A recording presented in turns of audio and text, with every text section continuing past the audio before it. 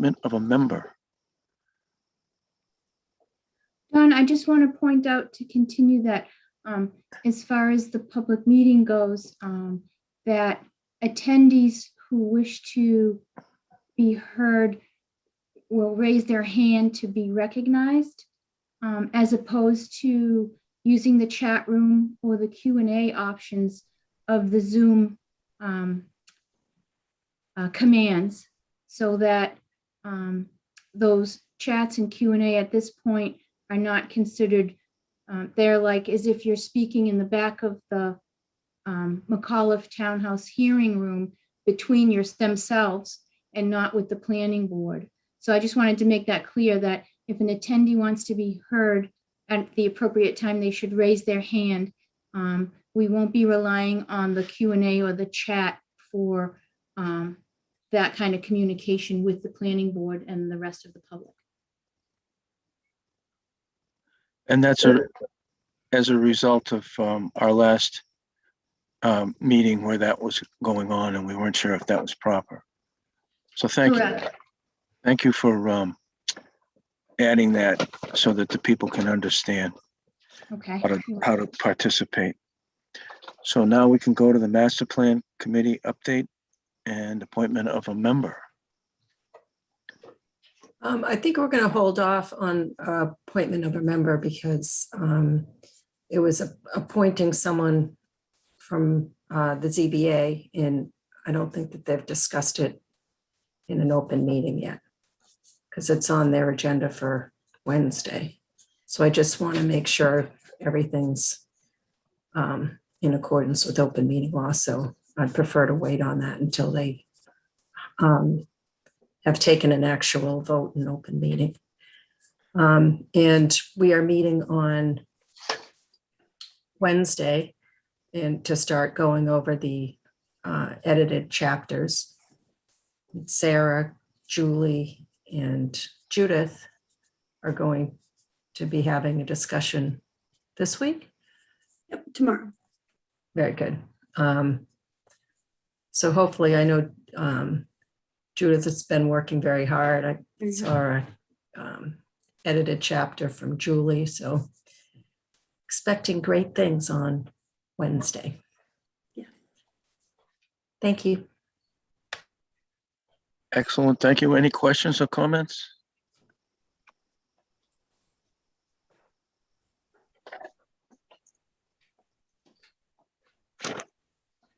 No questions, comments, Sarah? Nope. I mean, the ZBA does have someone identified to join the master plan committee, but I echo what Mimi said. They haven't voted on it formally yet. So glad we're holding off, but also glad that we have somebody who's ready to come on board. And We'll also move on. there's no questions there are no hands raised. And Nope. I think there's 21 attendees currently. Currently, yep. So we'll move on to the next item on the agenda, which is a public hearing, 6-8 Turnpike Road, modification to major site plan. Karina, were you going to read the public hearing notice? We read that at the July 19th meeting. We actually opened the public hearing, I believe, and continued the public hearing to this evening's planning board meeting due to the certified return receipt green cards having come in late. That's right, yep. So having read the public hearing notice, can you give us an update before we turn it over to, would it be Peter? Lewis. Yes, he's with Engineering Design Consultants, representing the property owner. Okay, so planning board's public hearing number 1 for 6-8 Turnpike Road modification for a major site plan approval was held on July 19th, continued to this evening. In the interim, we reviewed the green cards received, and the majority have been received and returned. Let's see, we have also received a review from Fuss and O'Neill of the original submittal on July 21st, to which Peter Bemis of Engineering Design Consultants provided a revised submission and a response letter to Fuss and O'Neill's comments. I believe that the project is currently in front of the Conservation Commission for an amendment to a stormwater management permit, which is continued to next week, I believe. We have not received any further town department comments other than the initial comments from the ADA committee regarding just general planning board attention to ADA compliance for any parking changes, etc. On August 12th, we received a follow-up review letter from Fuss and O'Neill on the submission number 2 from Peter Bemis. These were forwarded to the planning board for review as well as back to the applicant. And the 12th was on Thursday, last Thursday, which brings us to this evening, the public hearing that we were continued to for this project. That's all I have done. Oh, Very good. let me just make sure that's everything. Nope, that's it. Sorry about that. Okay, Mr. Bemis, you're on. Good evening, Peter Bemis, Engineering Design Consultants. So I do want to clarify one point, is that everyone was properly noticed and return receipts were obtained from most of the people we sent to. Some people just don't get their certified mail, and sometimes the post office doesn't return it. But every white slip was provided for every letter that was properly notified. The proposal is for putting a parking lot on the east side of the existing facility at 6 Turnpike. The site plan, I'm not sure if I share my screen or if you use yours. So is it You possible can that I share your screen. Excuse me? You can share share. your screen. Yep, just Okay, give me then I one do have the second. site plan there. It would be easier if I was to be able to illustrate that. So thank you. Yep, you're all set. All right. Great. Does that come through in the center of the screen? Okay. Yep, it's all set now. Yeah. Okay. All right. Everybody else So can see. I can zoom in closer. So again, this is the full facility. Yes. So west, north at the top, south, east. And this is the east side of the building. So I will bring the image in closer to that so you can see better. And then in this area, currently there is a detention basin. There is a connection here with the drains from the front portion of the site coming into this position. And then there's another one here where they come in to the rear. The discharge is located here with an outlet control structure that then ties in, ultimately going into Route 9 with our stormwater system. We have provided our information to Chris Chambers. Chris is the permits engineer for District 3. I'm waiting commentary back from them to confirm that there'll be no further action needed by the department. Reason being is that we're actually reducing the rate of flow into the municipal or the state system, and we are pre-treating it with proprietary CDS units on site. The existing catch basins within this area, like next to the construction window, will have silt sacks installed in them. And then we're proposing to put in a new drain manhole and a new treatment unit, as I said, a CDS unit here, and then another one at the rear portion of the site. Underground, there would be galley chambers. So it'd be a series of these galleys that would have a storage volume associated with them, and then a stone apron under and around them, so that the stormwater can then be detained in a similar manner as being done in an open basin, requiring less footprint and actually having a better efficiency because we can capture more stormwater and hold it back and release it at a slower rate. There are 16 parking spaces proposed within this area, and we have provided trees. There will be 2.5 inch red maples planted around the perimeter of the site in this area.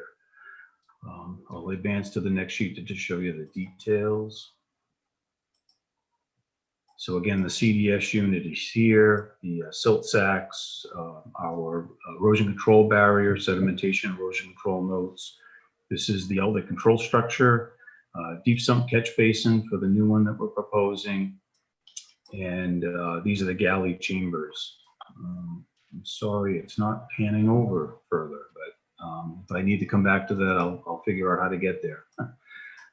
This is a SWEP plan, so it's a standalone stormwater management plan for the site, since we are changing the methodology for how the project would be managed in its stormwater system. So this adds the new notes that are required for maintenance of the CDS units and the galley system. We have already done an annual report and submitted that to conservation for the current system because they had not received one from the owner of the facility. So we have done that based upon the existing system, and we will supplement with the new one when we get approvals. And then the final plan is a plan done by Cornerstone. And I know the version that you had initially, we've retracted and we provided a new version. I will say to you that that version still says it's located in Framingham. Cornerstone did finally reissue the drawing, and it does say Southborough, and that has been distributed. When we do the next update to the plans, we will put that one that we just received into the database.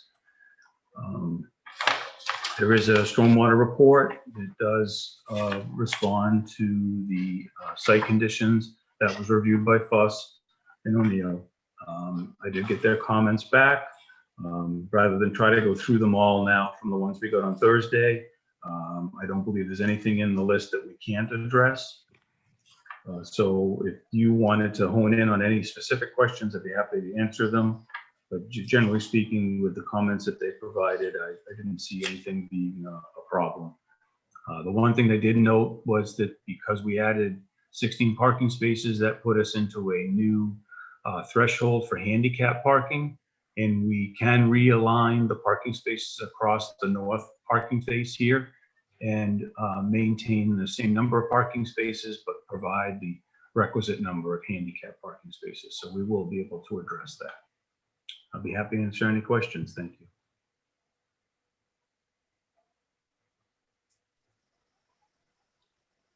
Thank you. Open it up to the board. Mr. Mills? Yeah, thanks, Don. Peter, thanks for the review. Can you highlight where, can you Oh, do you want to go back? back to, I'm sorry, I'll share again. Yeah, I just thought everyone would want to see each other. Okay, just a moment. I'll put it back. Go right ahead. is there any change to the lighting? Oh, yes. Okay. Yep. There is one light fixture. Let me zoom in on that and I'll show you where that is.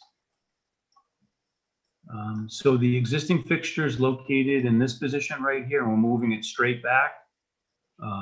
It's a cutoff shield. So if you went back to the original photometrics for that and the way it was casting its light, in this direction. We're just moving it straight back, so it's going to continue to cast light in the same direction. So to be honest with you, you're actually going to get less foot candles at this position here, and the foot candles aren't going to change over here at all because it's going straight back. So if anything, there's going to be less light coming in the southerly direction. And because it's a cutoff shield, it does not extend light in this direction. There's actually a light fixture right here that would be putting more light in this zone of the site versus the one here. So we did ask that we were asking to relocate it, but not run a new photometric for that light. It's no different than currently what you'd have. If anything, it's, like I said, less light will be cast. Does that answer your question? Yeah, and then, so in the trees, it looks like you're removing 3, but adding 8. Is that correct? Yes, but so the 3 that are there, they're kind of in the detention basin, and I did suggest that we could possibly relocate those because I thought if they were going to be removed, we could certainly get them back in the ground again. And I had suggested that we could plant them here on the southern side of the site. And I'm still open to that. I think Fuss had come back and said, well, if they die, we'd be responsible for them. And I think I'm already putting in enough trees to meet your requirements. I just didn't want to necessarily commit a tree to its demise with this project. So if it's still thriving and we can replant it, we will. Okay, thank you. Okay. All All set, set. Andrew? Yep, I'll set down. Thank you. Is Jesse on board? I think Oh, he's I'm on sorry, I vacation. failed to also point out, I thought you were aware of that. Jesse is not available for this evening's meeting. He emailed us last week. Okay, sorry about that. Go on to Mrs. Luttrell. Thank you. Peter, by 2 to 2.5 inch red maple, you mean caliper and not 2.5 inch seedlings? Caliper. I'm sorry that Walter didn't add that, but when we do the revised plan, I'll make sure it says cal. Okay. And our bylaw requires 3 inch minimum. Okay, we could do that. I'll just do 3.5. That's how we would purchase them. Okay. And why red maple? I know it's on your list. It's very hardy. I think the site could use some color, so that's where I went with it. Be happy to substitute a different tree if someone wants something different. Just, I like maple. The only concern is they're salt intolerant if there's going to be snow plowed on them. Like maybe some of the front ones probably won't survive.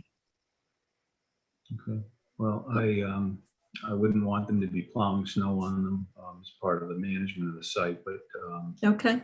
or using a lot of salt. But at the same time, I'll look at a substitute species that has better salt tolerance too. And the plan says there's storage spaces. What does that mean? These are just more parking spaces for vehicles. T&L has a very successful business there with repairs. With automobile repair, it tends to be that someone drops their car off at the beginning of their workday and they'll sometimes not pick it up again until the end of their workday. So that transient nature of having a vehicle on your hands all day long can be difficult to respond to. And as you've seen out there, they do park off the pavement limits at times. And what we're trying to do is have some semblance of order here. So I think by doing this, it will improve the site conditions greatly, and it will allow them to better manage how they address client needs as well. I'd also like to just interject, Peter.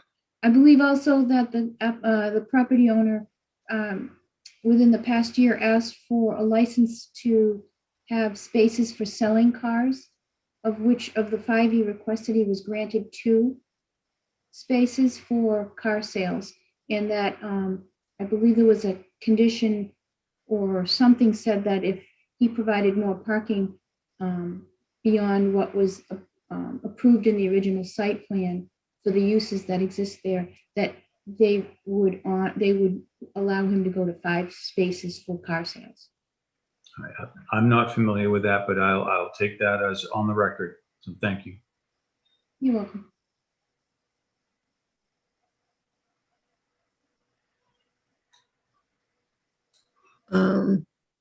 And my other concern, the street tree guidelines on the DPW's website recommends that trees in parking lots get planted 4 feet from edge of pavement to allow for clearance for the bumper overhang. Yeah, we're well in excess of that. Okay. I'd say these are more on the order of 10 to 12. Probably the closest one would be the one on the east corner there, and I can certainly make sure that it's at least 6 feet back. I wouldn't even go close to 4 feet. because then your snow will be on it. Right. So, yeah, I'll look into that. And we'll just make sure there's a statement on there to ensure that they're back far enough. Okay. And the last thing is one thing that Fuss and O'Neill mentioned was the absence of lid techniques utilized on the site. Yeah. Because of how we're managing the stormwater under the parking lot, we do need to afford pre-treatment, which is with the CDS unit. So we're eliminating the passive forebays that are there, and forebays are only as good as the maintenance that's performed on them. I saw what Fuss was putting in their most current comments, and I tend to doubt that the percentages should be that high. Because typically when we even do a forebay, we'll still use the CDS unit because we're trying to mechanically trap the sediment and not have to have an open deposition area to trap the sediment because it tends not to get maintained enough. So I can't do both. So we would have to forego some lid principles with this proposal. The site is only so large, and there's only so many things that we can and can't do. That would be one of them, is that we would have to rely on a mechanical system, which is proven technology. It does receive a high credit for its treatment value. And that's what I'm substituting for the open forebay. Other than that, you're getting equal treatment with what's here and being proposed. And if anything, we're reducing the rate of discharge into the Route 9 system when we're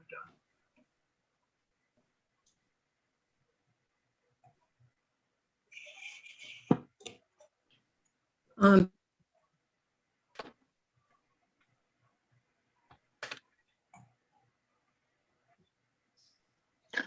All set, Mimi? Mrs. Houlihan? Yeah, my whole comment was around the lid, the comment that per section 3.15 of the lid, the multiple comments that Fuss and O'Neill just mentioned. Peter, I know you just reviewed that. I guess it's the challenge for us is if that is the requirement in our bylaw, how do you propose the ability for us to translate what you can provide into what is required? Is there like a crossover or some sort of content? And is that the role of Fuss and O'Neill, Don, to help us do that crosswalk from what he's proposing with the CDS units to the lid requirements? Is my question clear? Yeah, no, I understand your question, and I'm not trying to minimize what you're asking in any way. What I'm just recognizing is that the CDS unit does attain the principles. Folks just don't look at it as something that's in the lid vein. I took Amy's comments. And I don't really have a way of addressing them, nor was I going to try to this evening. We just got them on Thursday. What I think has to happen sometimes is you recognize the site, you recognize the limitations, you provide as a higher quality treatment as you can. We did not take advantage of infiltration when we analyzed this site. The original proposal did not either, so we just figured let's keep it equal. The ground here, it is fairly permeable and it does infiltrate. I did go out and do a test pit to provide Fuss and O'Neill with that data. And I would expect that, and that probably would be another way to address the lid comment. I just wasn't prepared to try to do that tonight. I'd like the opportunity to respond to Fuss and O'Neill's comments, and maybe something else could be added. We could probably enhance the landscaping maybe a little bit more, which is another lid principle that could go a long way to improving the situation. But in this instance, somewhat hamstrung to do things. The site's already built, so I don't have the ability to change where the outlet goes to Route 9. I don't have the ability to do some other things that would possibly give you back some lid principles. We didn't design it the first time I know what I would have done if I did. We would have infiltrated all of the roof water right out of the gate, and they didn't do that. I don't know why they didn't do that, but they didn't. And unfortunately, that's an opportunity that's missed because the roof drains are all in place as a function of how they came off the building, and I can't get to them efficiently. The only other thing I'd add is that this project has a limited budget, and you know, we're spending a great deal of money to get the 16 parking spaces back. And again, had they thought about this or been told of this opportunity when they first designed it, I don't think it would have cost them anywhere near what it's going to cost them today to do it. Unfortunately, the conversation was never had. Thank you. Thanks, Peter. Yeah, I think it's just the challenge. My own perspective is just I understand budget implications, but there's also implications beyond just the property owners and, you know, what that implication is to our surrounding environment. So that's the role I need to play as well. So I appreciate that you're going to look into it. And that was really my only comment, Chairman Morse. Thank you. I was going to get into the Fuss and O'Neill comments, but since you need time to look at them, Peter, we won't. And I'm glad Mrs. Luttrell brought up the term storage spaces. I think it's storage spaces or storage. I don't think that term is defined in our site plan or anywhere else. So that is a pretty wide open term where virtually anything can be stored there. So I would suggest that if you want to call them storage spaces, that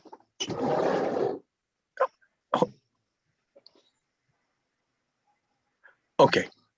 Yes, thank you. Sorry about that. We either have to get rid of the term and clarify what exactly is going to be put in all of these spaces. It's assumed that these are parking spaces and they would be for motor vehicles. But the term storage space could mean virtually anything, Connex. We weren't trying that. Okay, so I'll make that very clear. Right now, I can make it clear, and then I'll make sure it's added to the plan.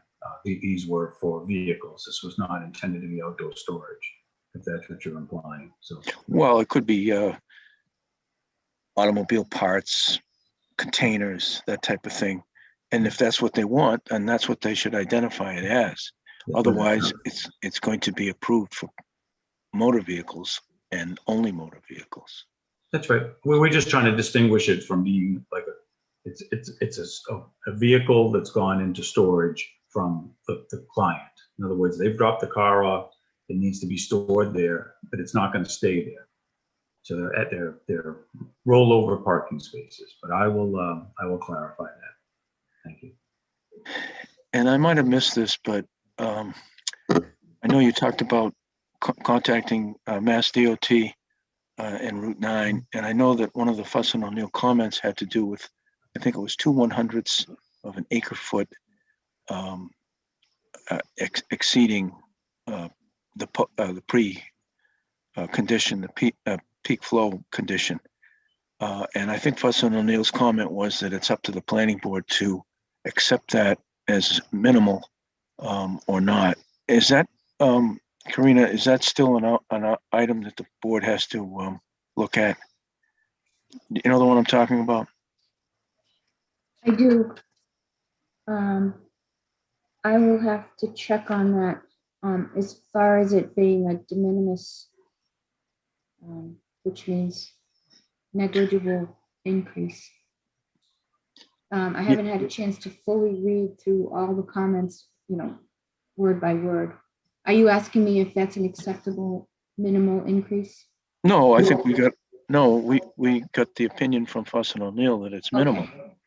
And if the board goes along with that, then we'll just have to say that, yes, your post-construction flow rate or volume, I think it's volume, is higher than the pre-construction, and that's not allowed. But if the number is so small and our engineering consultant feels that it's rather an insignificant increase, then the board should formally agree to that, so that the non-compliance is okayed by the planning board. Correct. In the opinion of Fussin O'Neill, the increase in volume is minimum when compared to the approved calculations. The change should not have an adverse impact on the site as previously approved. And which was in response to Peter Bemis's response to the original question. There's a small increase in volume over the previous report of, as you said, 0.02. That's 2/100 acre feet. However, the peak discharge rates are significantly reduced over the previously approved stormwater management. And you're right, that's exactly, Fussin O'Neill felt that was accurate. So at the point of, I hope, getting conditions or addressing these comments, that the board would address that and either say, no, you have to get it down to 0, or we agree with Fussin O'Neill that 0.02 is okay. You've agreed to clarify the storage term, and I may have missed this also. Karina, you and I were talking about getting something in writing from Mass DOT relative to the new design. Do we have that? I think Peter said early on, when we were getting organized here, that it's in review with Chris Chambers at Mass DOT District 3, right, Peter? That's It's correct. currently being reviewed, and once you have documentation back that Mass DOT finds that acceptable, you'll provide us with that document? That's correct. Okay. Now, as far as the lid, I could be wrong, but it seems like every single proponent for every single project says the same thing, which is this site isn't conducive to lid. There's not enough room. It's this or it's that. And when the reality is that the proponent is usually coming in with a design that maximizes what they want to do, and then they declare that there's no room for lid. And that's what's happened here. So, and once again, we're hearing that there's no room for lid. However, we have in the past taken a more of a global view. So perhaps, and I think this would have to be coordinated with DPW, there may be somewhere else in town where a lid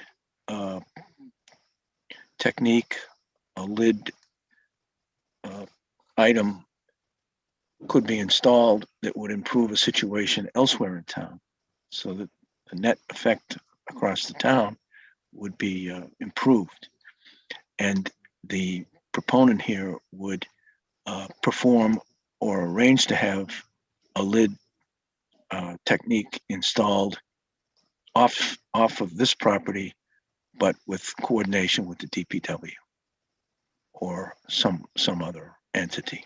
So that, as far as I'm concerned, is something that if you can't do it at this site, we should look into doing it somewhere else in the town of Southborough.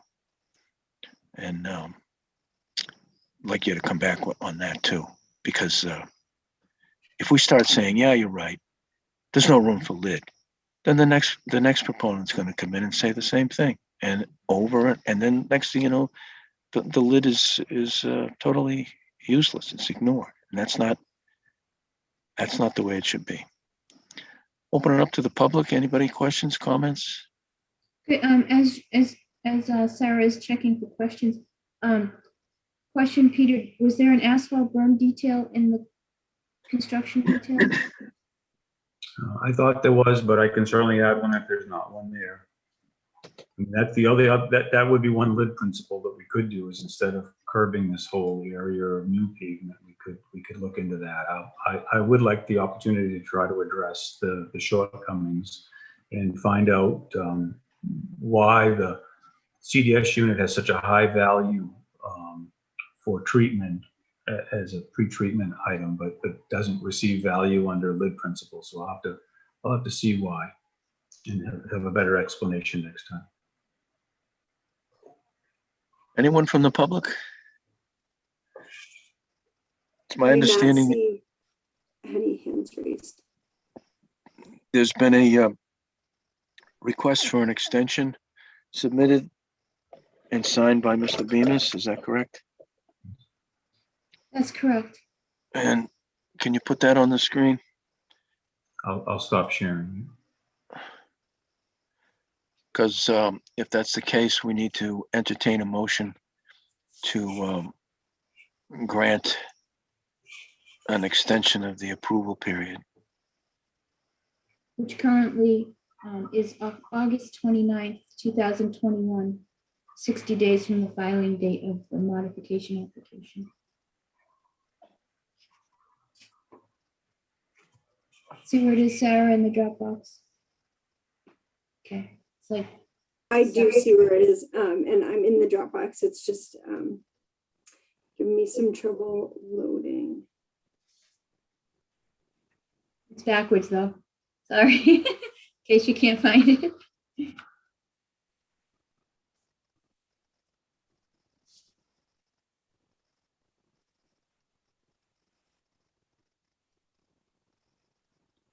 Well, it's standard form. Why don't you read the what is it, the bottom paragraph?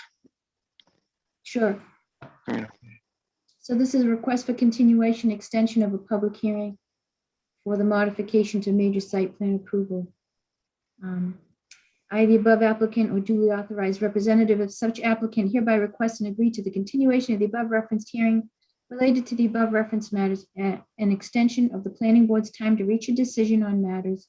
The hearing shall be continued to September 13th, 2021 at 7:05 p.m.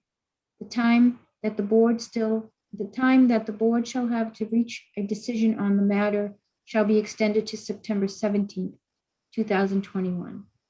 And it's signed by Peter Bemis, dated August 3rd. So the hearing would be continued to the 13th on Monday, but the approval period would be extended to the 17th, which is the Friday after that Monday. Right, in case there's something happens in between and we need a couple days. Right. Mr. Mills, Mr. Chairman, I make a motion we accept or approve the request for continuation or the approval period for 6 and 8 Turnpike Road modification to major site plan as requested by the applicant. There we go. Second, motion's been made and seconded. Any discussion? Want a minute to look at this? It's basically extending the approval period, and then if this motion passes, we'll entertain a motion to continue the hearing. Any discussion? Hearing none, all in favor, Morris, yes? Mills, yes. Latrell, yes. Houlihan, yes.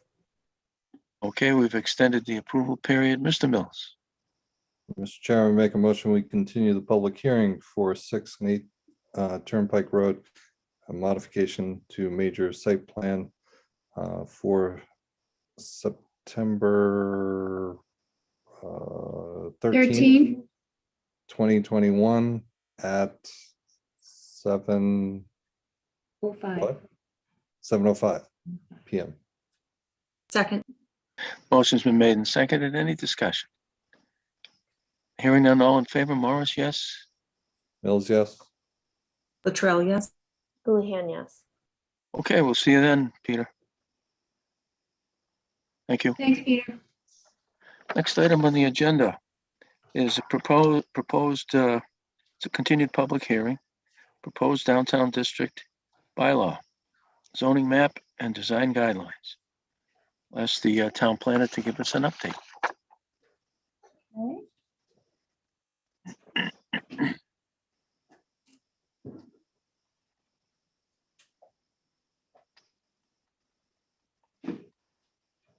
Forgive me, I'm working out of my crate.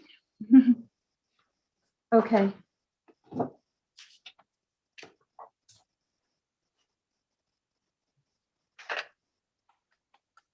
So at the last planning board meeting on July 19th, 2021, it was the initial public hearing number 1 for the zoning amendment to create a downtown district in the business village district of the downtown area.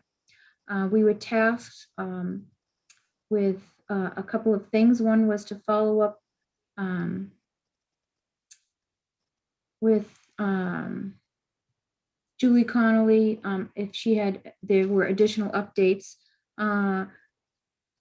The outcome of that was that Julie had some concerns based on from a resident, a citizen's basis, not from the EDC, and that she would mention those at whether it's the Board of Selectmen or the Planning Board meeting at the public hearing forum, if there were additional concerns to the current draft of the bylaw language.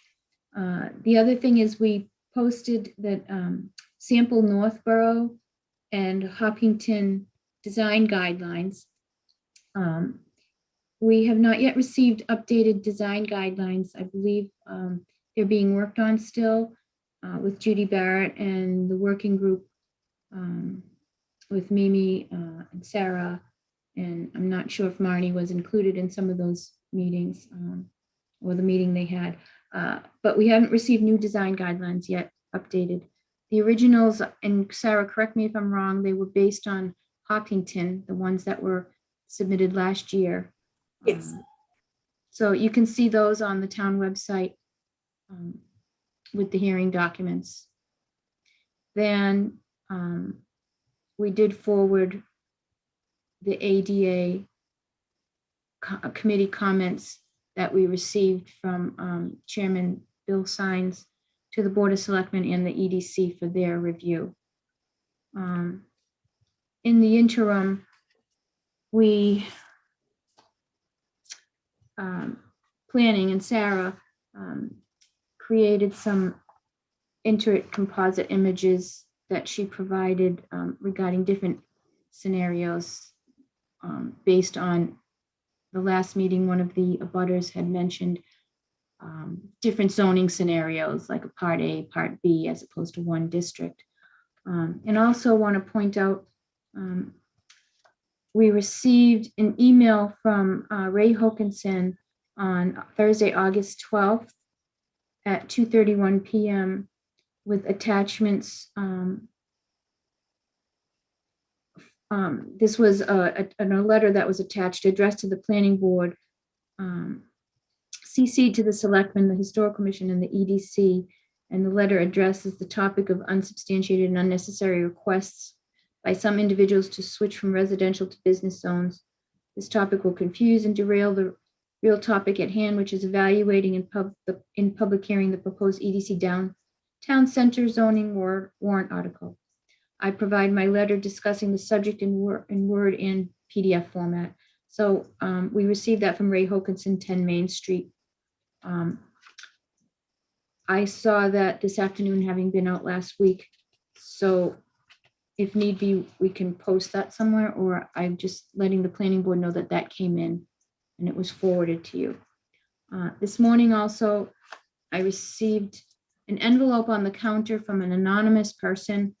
I think it was mailed to me with the downtown, with a mysouthborough.com article dated July 23rd, 2021.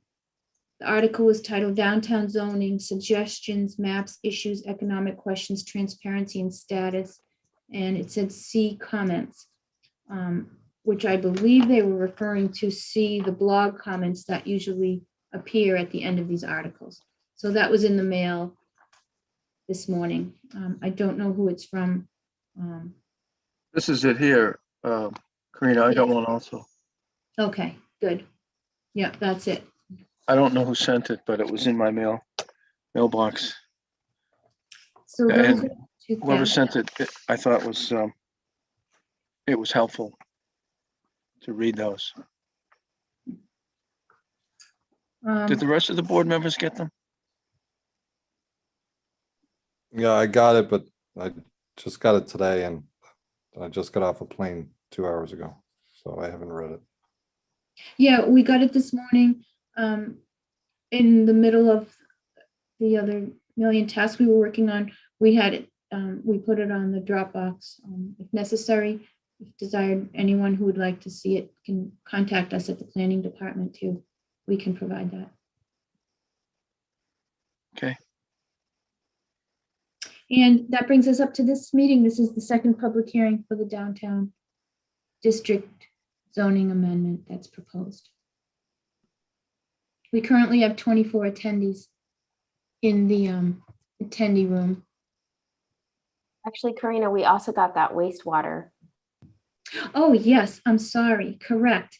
You are right. We also were provided a copy of Weston and Sampson Engineering's wastewater facility study. I think that was about 2 weeks ago. Yeah, we did get that. Thanks, Marnie.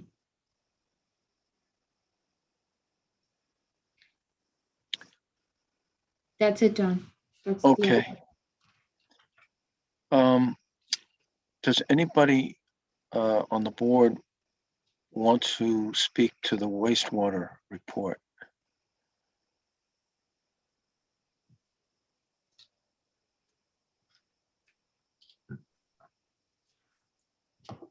Do not see any hands raised.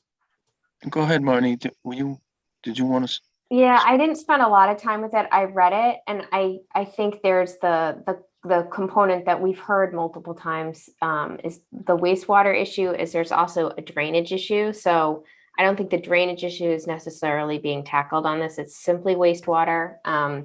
It looked like a feasibility planning type of estimate for quite a large sum of money, which I think would have to be taken into serious consideration in order to kind of assess this property to really be the right property for a true, if we were really going to bring in businesses and have this by right type of zoning. So I do think it's something that would need to be part of the consideration as the selectmen bring this forward. It was a lot to read. I didn't have a lot of time to digest it, but I think it was, somewhere in the order of $2 million to be able to kind of start a feasibility planning assessment. And then I just don't know where the drainage situation would reside as well, because I think for current property owners, I know we've heard several times from the owners of Morrow on other issues that the drainage is just seriously a problem. So I think it is a comprehensive situation that we have here. And I appreciated the ability to have this wastewater proposal in front of us, because it really helps to assess all the situation that is before us in considering significantly changing the zoning. I'd just like to point out as well that it is a draft form at this point, and that Weston and Sampson has yet to provide the final report, and they're working on making some changes and incorporating some of Paul Pazinski, who was former Board of Health agent's feedback and comments. Just want to make that clear, that it's still draft form. Okay. So unless the board has a different idea, why don't we just open it up to the public? And one last thing, just to not leave this out, we did receive an email from Claire Reynolds, who is a resident in town, but also was acting as the grant manager. I'm not sure if that continued past June 30th But we did receive an email post with a link to a blog that she had responded to. So I just didn't want to leave that out. That was on July 29th. After Okay. the last meeting. Okay. Thanks. So Sarah, why don't we open it up to public? Raised Sounds good. hands.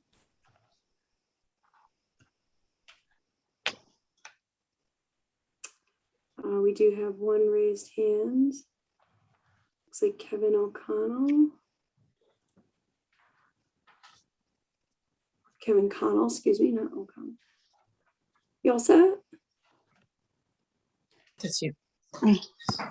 Hello, this is Kristen Connell. I'm here with my sister Karen Connell.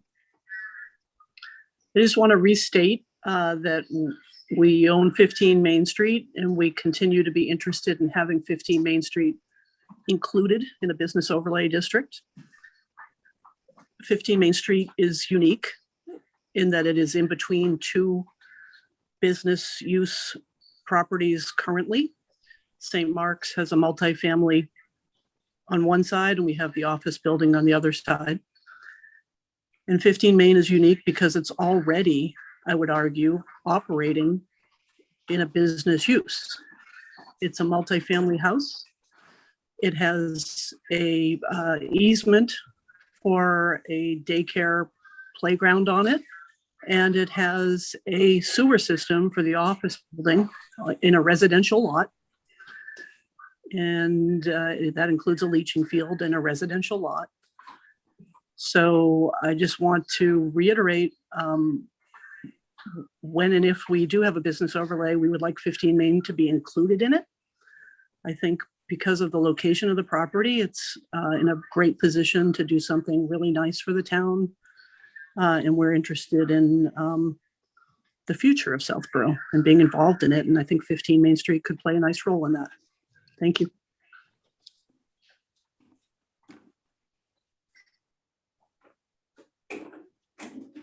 Thank you. Who's next?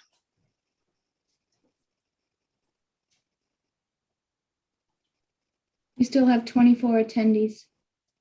We do. There we go. Ray Hokinson, his request has his hand raised. Yep.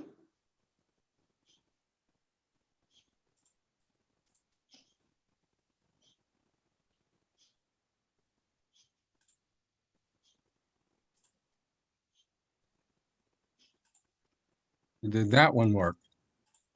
All set? Okay, it's kind of like a double click or something. I'll let my letter be a response to the 15 Main request. And I would just disagree that the St. Mark's property is not a business, period. It is a residence. Clarification, I made that clear. The question I had is the two design guides. The question about design guides, everybody says, you know, the design guides will be a key factor in the appearance of any buildings that go up. And I read both the Hopkinton design guide and the Northborough design guide. Hopkinton, I guess, well, it's going to be, I'm going to say something and then I'm going to ask a question for clarification. The Hopkinton one is really sort of very sparse, very brief, and it seems to give a lot of power to some design review committee that would then assess, you know, was the new proposal consistent with surrounding buildings or existing buildings in their village center. So they seem to give a lot of power to some committee in that one. Likewise, the Northborough one, oh, by the way, the nice thing about it is it really says that new construction or modification really has to fit in and be compatible with the existing structure. So they're really talking about, you know, being very careful not to alter the feel of their town center.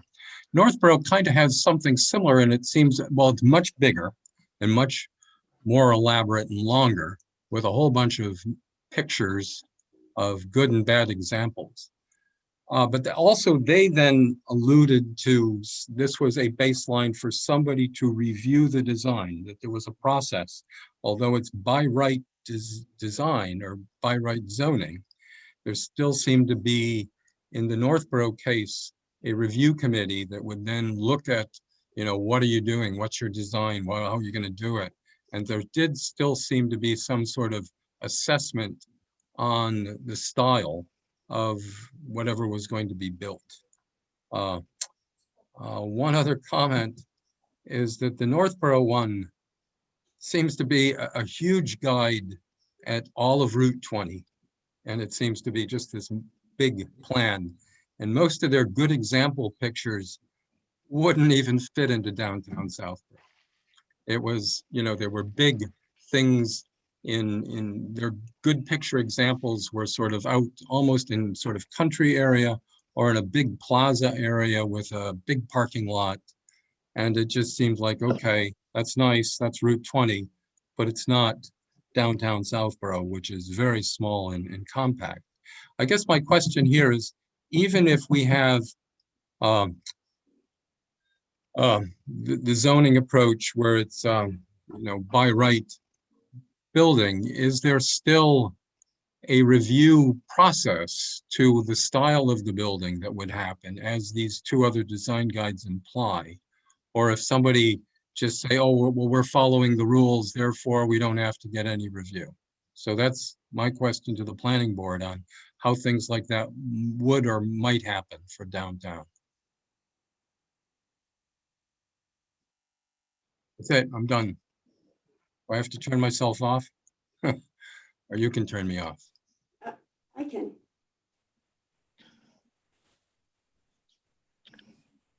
I don't have the proposed code with me tonight. Does somebody want to answer that question? I believe the answer is yes.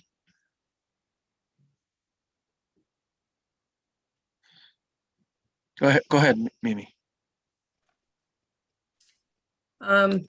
So the answer is yes, the site plan, depending on square footage, either a minor or major, would still come before the planning board.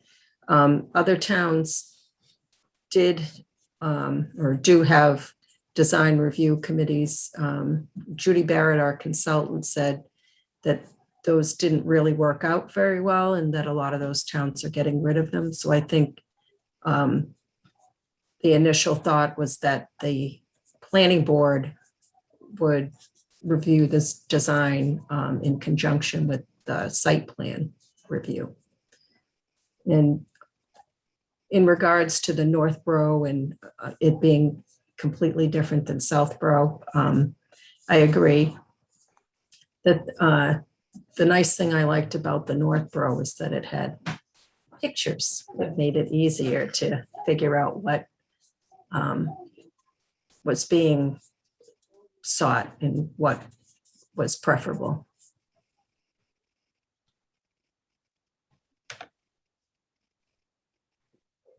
That's it. So Ray, did that answer your question?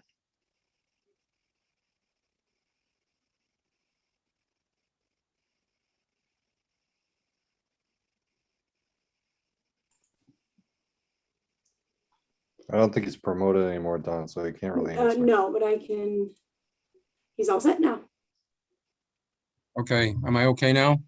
Yeah, Ray, did All that right. answer? Yeah, for the most part, that did answer that there is a review process, but it's more stylistically, like somebody has satisfied the zoning constraints and by right, I'm gonna build this, but somebody still has the right to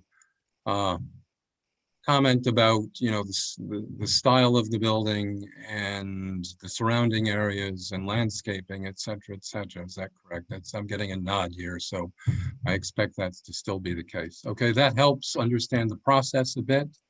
I think at the moment that it was my question after reading both of them. They're very, very different. The interesting thing for the Northborough design guide, there is at least one Southborough building there, the one by the train station. They kind of use it as a good example, the big yellow building there by on Southfield Road there by 80 and 85. And they seem to slag Marlboro off a lot because all their bad examples seem to be someplace out of Marlboro. Just, I'm glad that we weren't examples of the bad ones, I think.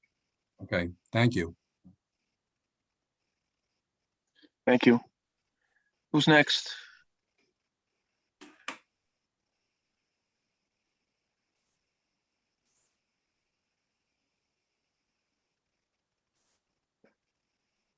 I believe that's Tim Litt. Yep, he should be all set.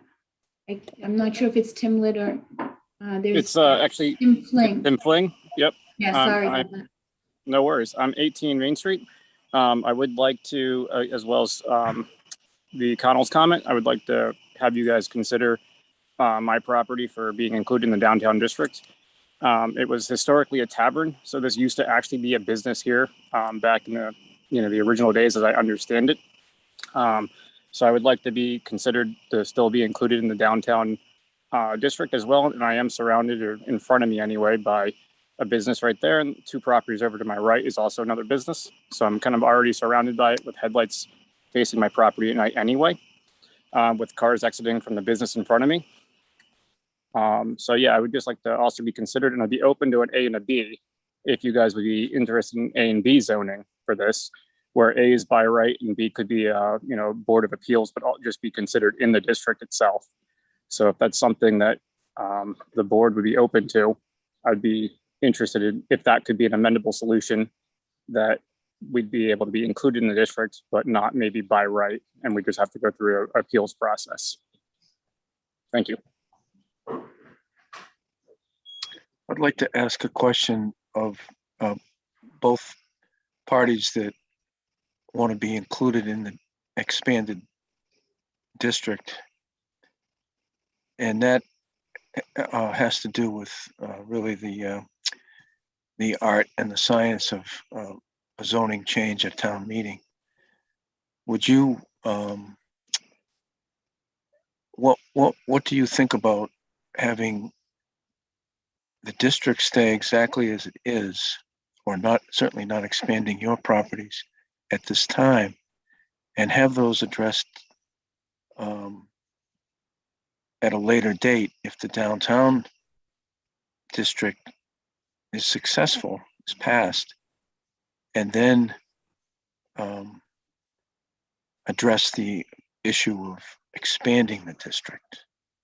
I have heard that people are saying keep it simple. Let's just focus on what we have and then get that accomplished. And then if people want to expand the district, that would be a separate issue. So just curious how you would feel about separating this expansion to another time and another effort. I'm happy to jump in since I still seem to be unmuted here. This is Tim, 18 Main Street still. I would prefer everything happen on the upfront side of this, that it's all clear from the beginning and not something that's an addition later on. I know that there's other things about the map that weren't desirable to some of the other neighbors that were also brought up in the past. I think it's kind of cleaner just to get it right on the first pass and not go through this process necessarily a second time, just with kind of how the reviews go and how the process takes. I think it'd be just faster and more efficient if we got it right at the beginning.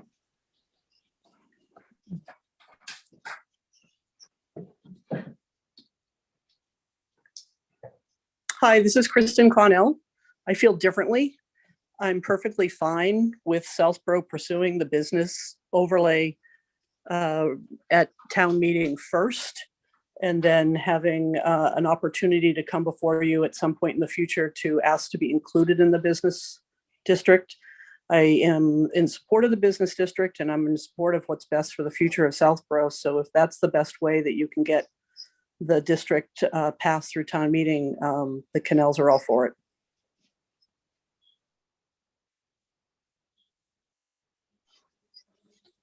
Thank you. Anyone else, Sarah?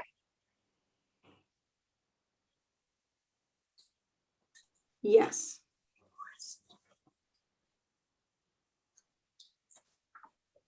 Hello, planning board. Good evening. Kevin Miller, 18 Lattisquama. And I'd just like to ask the planning board if in fact there's been any consideration, any discussion, any thought, any internal conversation or movement regarding the proposition that I made at your last meeting on July 19th, which I'm happy to reiterate, but I think everybody here is familiar with it. Again, with regard to the map. And specifically the split lots and the solution that I proposed. And I asked this because I'm just a little, we have these hearings and everyone is very kind to listen. And then I don't understand really where it goes. So I'd very much like to hear the thoughts of any planning board member that care to comment.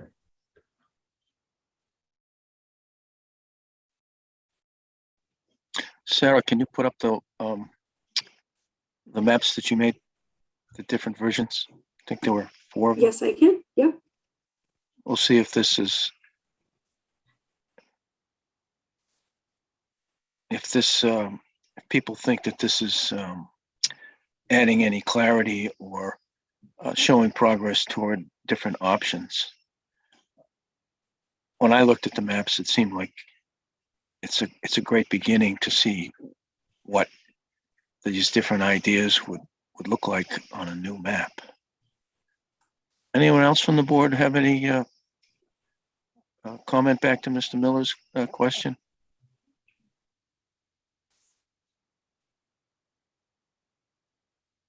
Yeah, go ahead, Marnie. Yeah, no, I thought Mr. Miller's suggestion was just, it was innovative and just a way to help resolve some of the challenges, particularly for some of those split lot people. So I think the whole process is to hopefully invite innovation and alternative thinking. And I think that's what it did. I think, Kevin, just from the perspective of what we do is we can't actually engage in other conversations. So what happens is what's here and what you're witnessing. So what else works is Chairman Morris will work with Karina or Sarah to kind of think about how to noodle that around. And then that's all shared and discussed in a public forum. So this is kind of it where we have it. And so the purpose is really, we have 24 guests today. It's to hear what people think about this proposal. Oftentimes people come, they listen, then that's it. And then we move on to our next subject. And that's pretty much what happens for us as well. So I think if the conversation, if people want to bring it, we invite innovation, we invite a debate and different opinions, because ultimately if it is going to go to town meeting, I think it needs to be a robust proposal that's been well vetted. But certainly town meeting, if any of you do attend town meeting, can also be a place where it gets vetted as well. And people can put in alternative suggestions to language and things can change on the floor. So what we're hoping to do is resolve any of that beforehand. And then if there is something, a plan that we can all put forward and agree to, I don't know if that's going to be the case or not. So Sarah created these mock-ups that you can, and these are on the website, right, Sarah? These are, I don't know that they are at this point, but I can definitely put them up after tonight. I would recommend that these mock-ups be put on the website so that Absolutely. the neighbors can look at them and comment on them by make recommendations. And these would be initial working points for the different options that we have or could have. Perfect. Relative to the split lots and adding lots, so on. So I thought this, okay, for some reason that first mock-up is given us a little trouble loading, but the second one is completely loaded, which is odd. So this is a mock-up of the proposed downtown district, excluding all split lots. So there's, definitely been a lot of discussion in regards to the split lots here. And there's actually one split lot here. So you can see underneath, the district shape, and then the purple is drawing the outline as if it were only the whole lots, excluding those split lots. This next mock-up is for the proposed downtown district, including all of the split lots. So we're talking about including those all, coming around here, this larger parcel, that parcel as well, those ones that just have maybe just a bit of the existing district in them.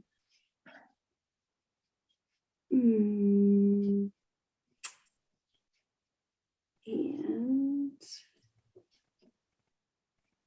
apologies, my screen seems to have gone blank again. So I think that Mr. Miller's question was all of these, suggestions that we had back in July, whatever happens to them, they just float around or what? But this is one of the things that happened. Well, I'm sorry, I appreciate that. Can we scroll back to the purple, the map in the shades of purple? Yes. Which is, of course, most closely reflects what I proposed, with the exception maybe of the 35 Boston Road property, which is, it's a split lot right through the homeowner's swimming pool, which we'd probably want to clean up and get out of there. The only other thing I'd add to that is that I'm not sure why the CSX parcel that is at the end of Park would be included. I personally, I'm not sure why CSX really needs to be made a gift of by right zoning. That would clean up the map quite nicely, keep the downtown district centered along Main, East Main, Newton, and the viable parcels on Boston Road, and it would get it out of the places it has no business being, meaning the 7 split lots in the CSX parcel that don't have frontage and extend beyond the paved portion of Park Street. So I'm glad that thought's being put into this, and it seems a very simple and elegant solution because, once again, there are 2 points I would reiterate. Is number one, this is not an overlay, right? This is by as a matter of law, it's a brand new zoning district and a brand new map, and so it makes sense to make it clean and correct.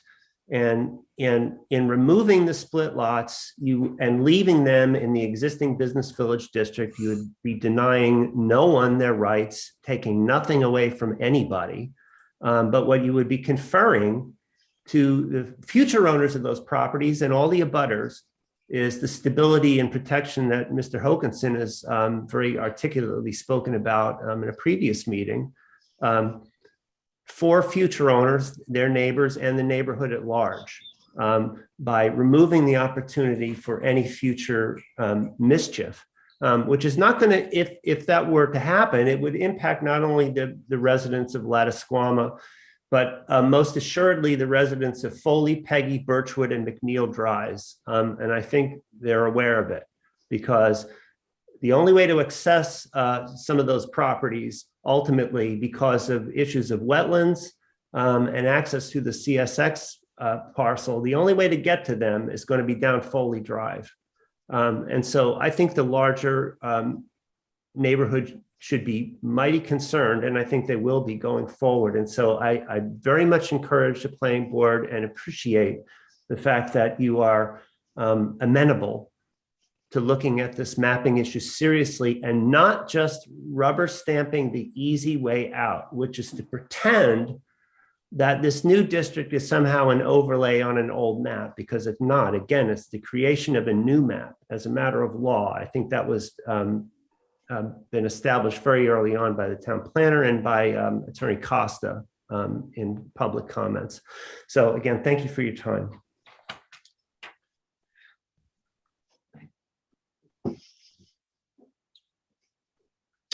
So if we put, go ahead, Mimi. I just have a process question, Mr. Chairman. At some point soon, I would hope, is it the intention that the planning board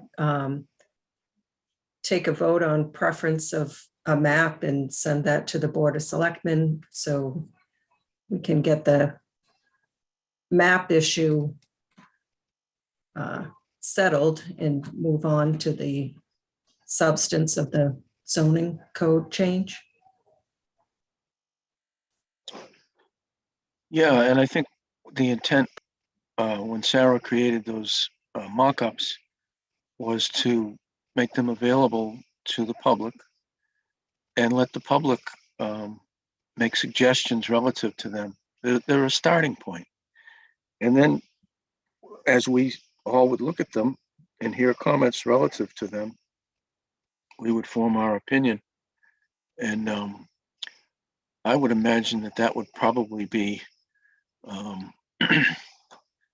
hopefully by the end of September, the board would have as much input at that point to know or feel comfortable on where to go with the map. I also think that those design guidelines need to be available before our next continued hearing. It's a complete package. As we said, it's the code, it's the design guidelines, and it's the map. And they all have to be in draft or final draft for us, for the planning board to express our opinion going forward. And then probably in the month of October, the final documents would be refined and made available to the public as a warrant article. Did I answer your question, Mimi? Yes, thank you very much. And I do expect that there will be design guidelines for the next hearing. And I again would invite the public, once we put those mock-ups on the website, the town website, to go in and look at them, and feel free during the time frame between now and the continued public hearing to make suggestions, positive, negative, whatever. Who's next? I'm going to Kate and Nancy, looks like.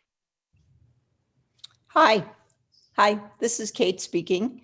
Thank you for having us here tonight, the public. I would like to echo Mr. Miller and to thank Chairman Morris for the development along with your colleagues.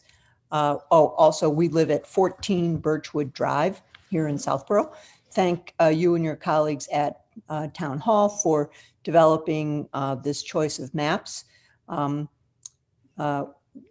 am speaking here with Nancy in support of leaving Foley, that cul-de-sac area, out of the changed map area. The main reason we wanted to speak to this was that this is our neighborhood. We've lived here since, I guess, 2002 for quite a while.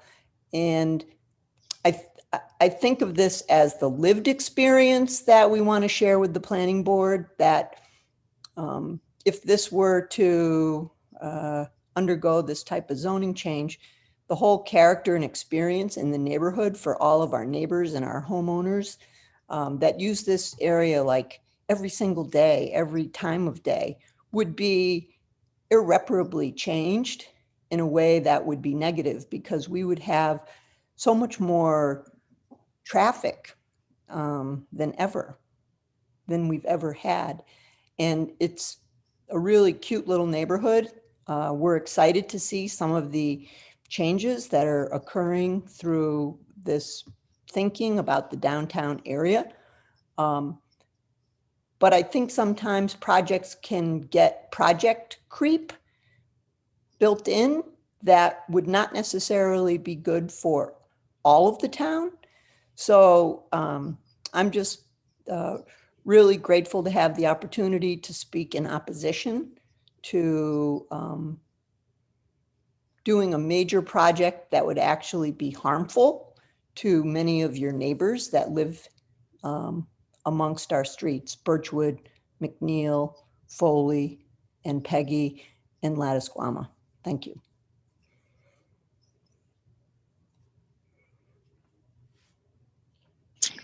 Thank you. Anyone else, Sarah? Yes, we have Michael.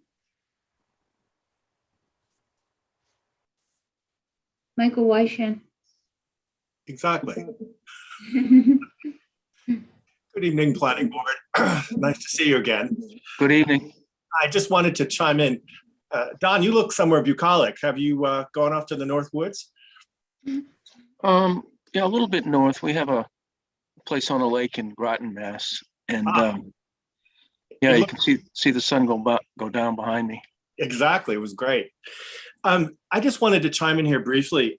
As you know, we have a meeting on the 19th coming up this Thursday about the National Register District. This has been a work of 10 years to get the downtown Main Street listed on the National Register. I want to thank my late deceased colleague, Kate Madison, for starting this process. We miss her terribly. And it's very sad that she didn't live to see the fruition of this. But this nomination will put all of these buildings on the National Register and allow them to have access to federal tax credits, federal funds potentially for some of the city properties, and listing also on the state register, which would have made changes, say, to the town hall windows and things a much easier and less expensive process. So it's really a win-win for everyone involved. What I'm concerned about is the lack of these guidelines. Early on in the process, the Historical Commission was consulted briefly in a single meeting about this, maybe 2 years ago, and was never consulted again about what these guidelines might look like. And considering that this nomination is about to go forward, and this is the most historic part of Southborough, it's a little frightening to me that we would be moving forward on this without actually having these guidelines and who would be the authority of these guidelines clearly delineated beforehand.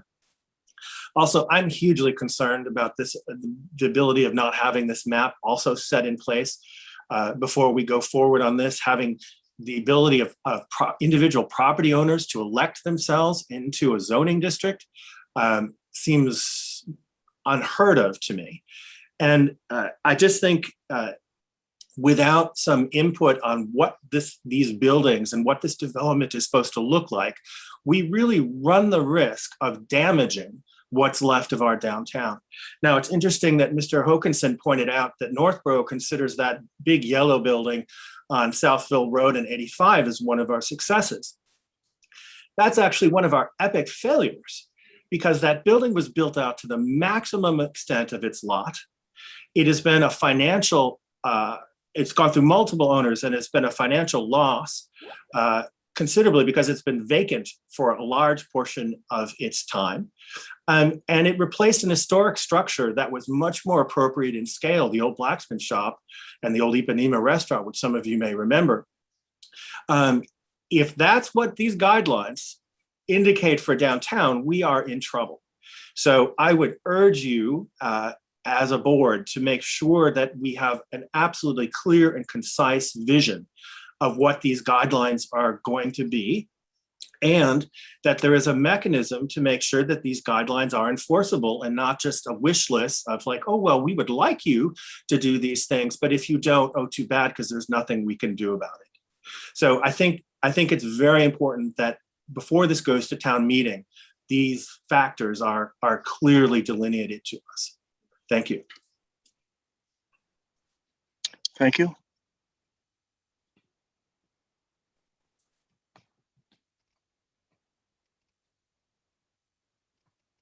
Anyone else, Sarah?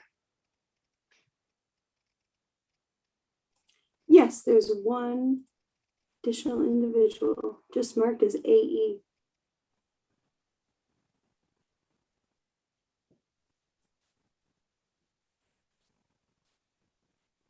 Could you please tell us your name and address? Oh. Guess they decided they didn't want to talk. I think he was trying to unmute himself. See if he comes back. I don't see them in the attendees anymore, but we can wait for a second.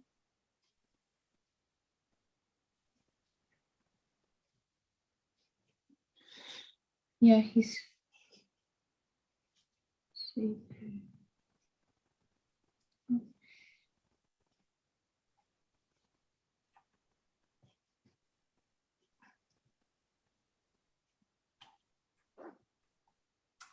I don't see anyone else with their hand raised, and I'm not really certain what happened to that other individual.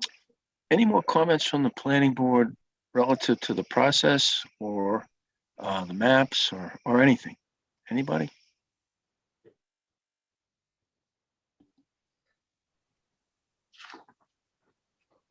If no one else wants to speak, it might be appropriate to continue the public hearing. Mr. Chairman, I'll make a motion, we continue the public hearing to September, I'm looking at September 13th, 2021 at 7:10. 7:15. Oh, 7:15. Okay. Second, Motion's been made and seconded. Any discussion? Hearing none, all in favor, Morris, yes? Mills, yes. Latrell, Houlihan, yes. Very good. We'll see you on the 13th. Next item on the agenda is a public hearing, 28 Boston Road. Modification to major site plan. Ask the town planner to read the public hearing notice. Okay.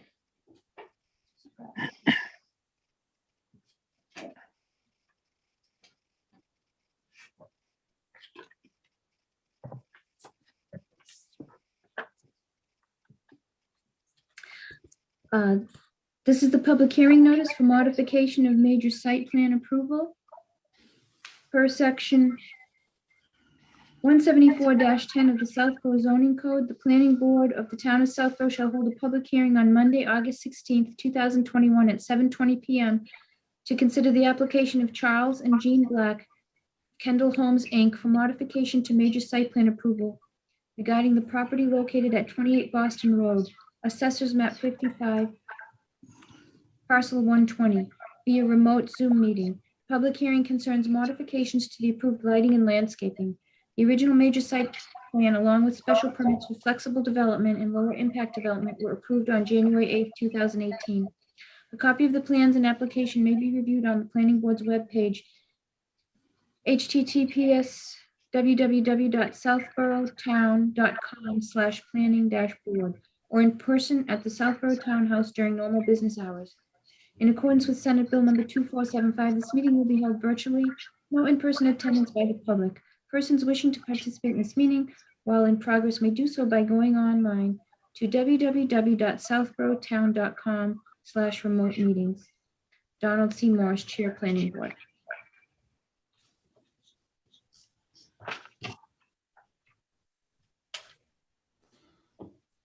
So Karina, tell us what has been submitted Sure. and where we are with it. And then we'll go to the proponent, Mr. Black. Okay. As you recall, because at a prior meeting, it was discussed that the landscaping and lighting would not require Fuss and O'Neill review at this time. Kendall Holmes made a submission on July 19th. They were filed with the town clerk once the application was complete on July 27th. The legal notice was published in the newspaper on August 2nd and August 9th for opening at this evening's planning board meeting for public hearing. Legal ads were sent to town agencies. Mr. Black and his wife Jean were supplied the legal ad, which they mailed out. We received the green cards on Monday, August 9th, well in advance of the Thursday before the meeting deadline, which we really appreciate because it gives us a chance to check those. We have not received any comments from the town departments to which that submission was provided. And that brings us to this evening. And the Blacks have provided, in addition, I just want to point out, in addition to the submission that we received earlier, updated photometric plan was provided as well last week, of which we have a hard copy in file as well. And that brings us to this evening. And we also received 2 letters, one from Father Albert and one from the immediate abutter to the church. Yes. Was that in the initial submission or was that after the fact? Because I was out last week. No, that was, it was after the fact. We did receive 2 positive letters of support, and those are on the Dropbox for the planning board. Okay, and then we also received some clarification on the light specification in an email today, which we forwarded to the planning board members. And who's going to put the plan up on the screen? Sarah, are you able, Oh, okay. Go ahead, Chuck. Sarah, are you able to do that? I'm actually going to ask Marnie to assist me. Unfortunately, my bandwidth here in Beckett seems to be all soaked up by streaming this live at the moment. So thank you so much, Marnie, for your help. Yep. So do you want the photometric plan or the actual plan? The actual plan.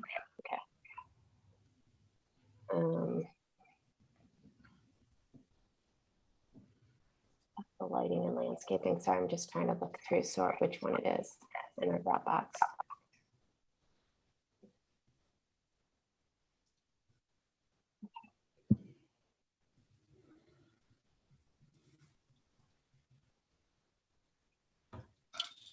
That looks good. It would be number 3, item number 3, Marty. See the initial numbers?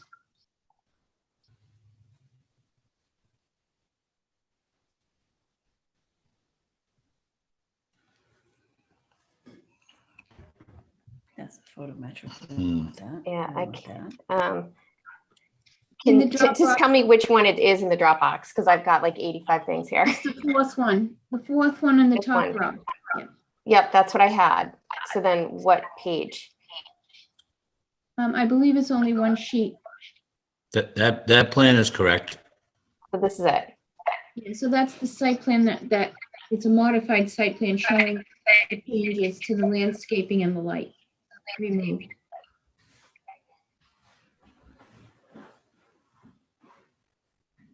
Did you want to speak to that, Chuck, at all? Yes, I would if I could. Good evening, everyone. My wife Jean is sitting here with me, and we reside at 4 William Cleary Lane in Southborough, walking distance from condos we built at 28 Boston Road. And we had the pleasure of meeting with the board on June 16th, I believe. And we have gone through the process of being here tonight for the public hearing. And so what we are proposing is, instead of 38 arborvitaes helping screen the condos from mostly the church, we have worked with the Farleys who reside in 24A and who are also parishioners at the church. And So we discussed that 23 would do a very nice job of screening because we preserve so many trees along the property line. And the board suggested at June 16th that we speak to Father Albert and get a letter of his support, which we got that on August 8th, as well as a letter of support from Mr. Farley and his wife who live at 24A. And so I believe that speaks to what we want to do on the vegetation. The original site plan had the apovites going down quite a bit further towards Boston Road. But again, we preserved trees there, and also there's ledge along the lot line there that would make it difficult to plant the plants we want to put in. So we've spent a fair amount of time thinking about it, talking to the people it affects the most. And that's, Also sight line there. yeah, and also my wife's pointing out we don't want to come too close to Boston Road and affect sightline. So that is the proposal on the plants. And then on the lighting, originally the property called for 8 post lights. We're proposing putting in 7. One of the post lights that was near 28 and 30 Boston Road would have been a problem during snow removal. And when my wife selected the lights for the condos, they're, I'll call them a gooseneck. Yeah. A gooseneck light fixture. So we're proposing putting 7 post lights, 12 feet tall, not 14, so it doesn't look quite as industrial, and having the gooseneck light fixture so it looks more residential than industrial. And we've gone through the photometric process to make sure that we comply to code. And I think that recaps it. Okay, thank you. We'll open it up to the planning board members. Mr. Mills?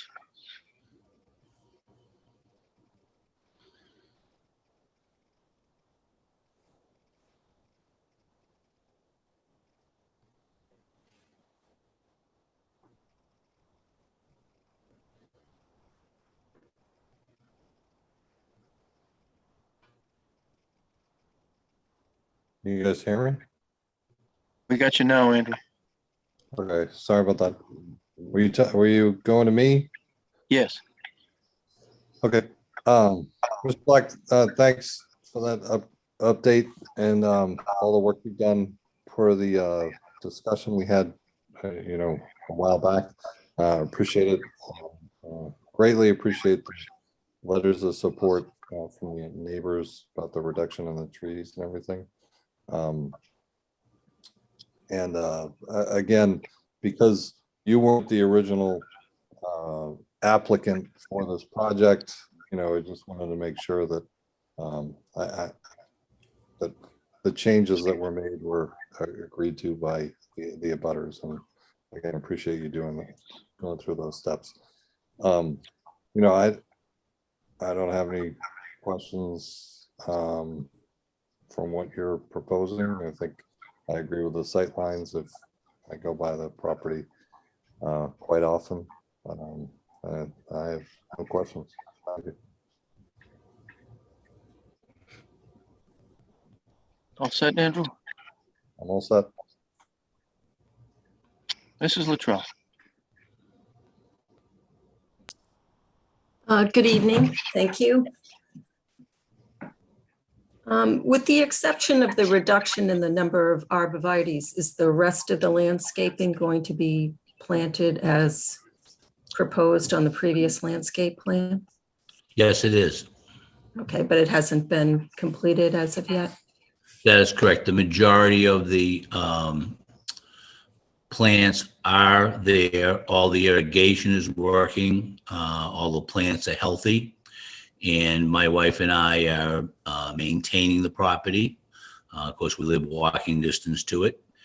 And some of the plantings I haven't done yet because I want to first put the berm in this construction season, and then back up the berm with loam, and then put the plants in so that they're not getting damaged. And where, I'm sorry, where is the berm? Well, basically, well, I can't point on this, but, you know, you have a horseshoe sort of driveway, Mhm. and I need to put, yeah, there you go, berm around, Oh, and on the, and also outside of the pavement. So, and again, we're scheduled to do that work this month or next month so that we can hopefully complete everything in this construction season. okay. So the flowers that are on the previous plan down by Boston Road, those will be planted? They will, yes, ma'am. Okay.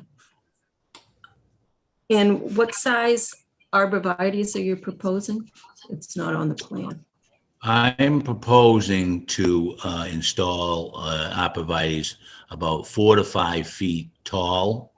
And again, because we're working on a slope there and the conditions are difficult to work, I'd like to install arborvitaes that are about 4 to 5 feet tall.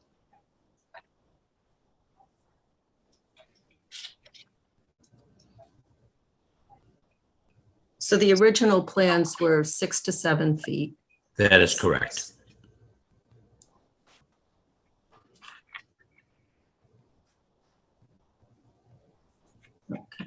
And my other question, the existing trees that you have noted on the plans, most of them are either right on the property line or not, are on church property, so you don't have 100% control of those. So I don't, so those couldn't be included in the landscape plan if they can potentially be taken down. Well, again, we preserved as many trees as we could. When our surveyor went out there, he identified more than 100 trees that were on our property. He said it was too many to put on a plan and list. So we got a letter from a landscaper saying 100 seedlings and saplings. Is that what you're referring to? That, yes, but again, there are also mature trees that are there. Again, on the June 16th meeting, we brought up photos showing how thick the vegetation is.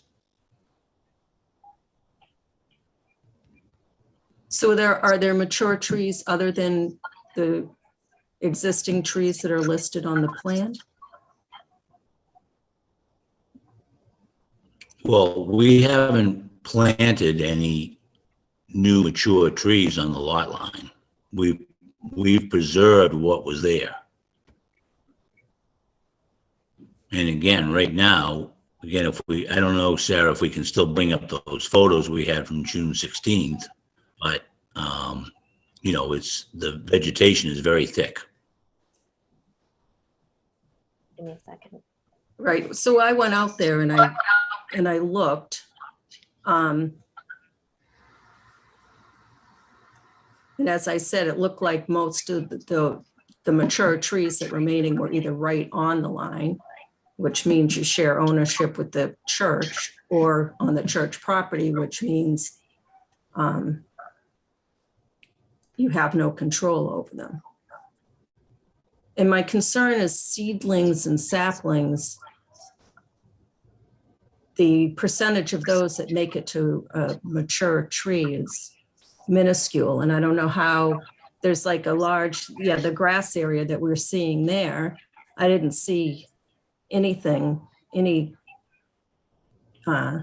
trees or any type of vegetation there at all.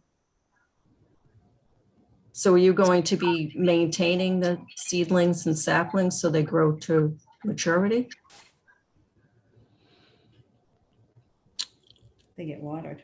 Yeah, the irrigation is going to continue watering them. And the other thing is this picture that's up on the screen now, which that's getting down near Boston Road. I don't know if we can look at some of the other pictures. And there's some more pictures than that. They show it very thick. Right, so that was those trees that you see are, So there's a picture there, and since this picture was taken, that lawn that's in, we've mowed that lawn 3 or 4 times.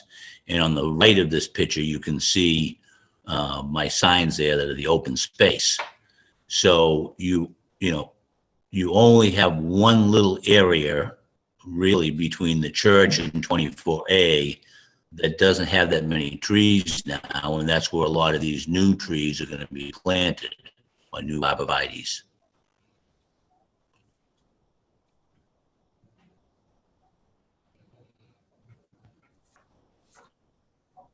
Mimi, would it help you to see the original approved plan?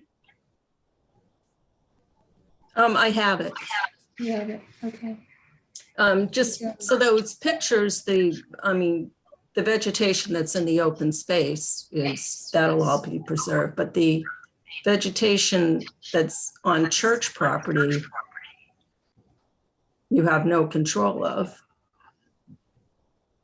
And there was talk at our previous, when this original project was permitted, that the church was given that piece of property, and there was thought of maybe expanding their parish center. So if they did that, all of those trees would come down, or, you'd have no control over any buffer that's not on your property. So my concern is reducing landscaping, putting in smaller trees, and not having existing trees under your control.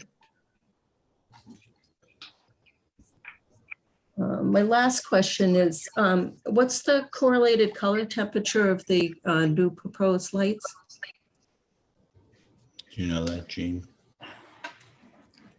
I do not, but it is, good evening. We have asked the company that we are buying the lights from I gave them a copy, or I sent them what the town's regulations were, and he followed everything. I have to get my sheet. Hang on a second. And actually, I sent it to Karina this morning. Yeah, Jean, it's my understanding, based on the specs that you provided, I believe it's 3,000 degrees Kelvin. Oh, yes, I'm sorry. That is it. It is 3,000 degree Kelvin.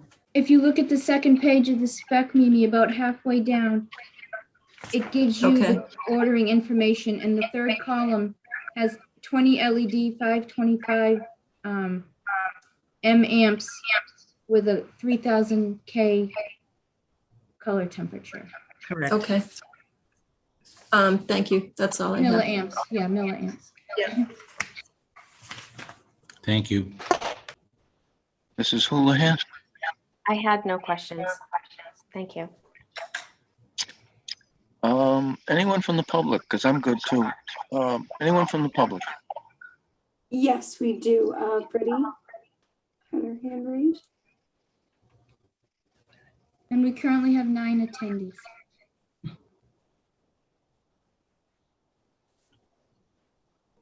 Freddie, you should be all set. Am I unmuted now? Yep. Hi, everyone. Good evening. I'm Freddie Gillespie, Chair of the Open Space Preservation Commission, and we were unable to have a meeting to review this before the hearing between the time we got notified. So I guess I'll be speaking as an individual who sat through quite a few meetings with the prior original owner. And as you know, that the Open Space Preservation Commission is very committed to having native plants be used in the landscaping. We had those discussions back when this was being proposed. And my concern is there are, from what I read, and I didn't go take a site walk and our committee has not reviewed, but from my perspective of prior conversations we've had, that saying that there are seedlings or saplings to make up the difference of what was to be planted, they at a minimum need to be identified on a plan and what kind of tree, because as we all know, what's most likely to come in are invasive species. Thick vegetation can be full of invasives. There's no way of knowing unless you do an inspection. Is it buckthorn? Is that multiflora rose? I guess somebody would have to take a look at that. But tiny seedlings and saplings do not a tree make, and are no guarantee that a tree would grow to maturity in that location, especially if there's hundreds of them. Not as many are going to make it, and how do you know which ones? So I would say you need to clearly identify which trees are there. And I would also say it's nice that the neighbors are in agreement, but landscaping and zoning isn't between two property owners. It's a requirement of the town for the whole town, and there's value there. I know when you're doing the planning, it's often between, protecting abutters, but that plan has already been set in stone. And people move or changes are made to the church, or there's a new owner living next door. And I think there was many, many hearings on how this property was to be landscaped. And I think just to change it now doesn't do service to the many meetings we had back when it was being proposed. And I think you need to clearly say what trees are there, what size they are, who's going to manage them. In 3 years, what's going to be there? If there's small trees and saplings, they're easy to mow over. So I think you need a little bit more definition of what kind of trees are going to make up the trees they're not going to plant at the minimum, or plant the trees. And if the trees on the slope don't work, I believe that sort of thing would have been considered when we were doing the original site plan. But, substitute with another tree that's a native that would fit the location better, but don't just not plant anything, would be my position as an individual citizen, who will have my open space commission meet if we can before your next hearing on this, if you don't close it tonight. Thank you. Thank you.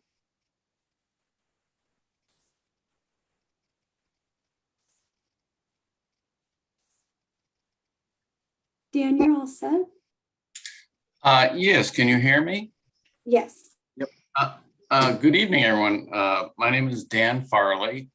So I live at 24A Boston Road. So I would be the property that is adjacent to the property line that is adjacent to St. Anne's Church. I'm also a parishioner, know Father Albert very well.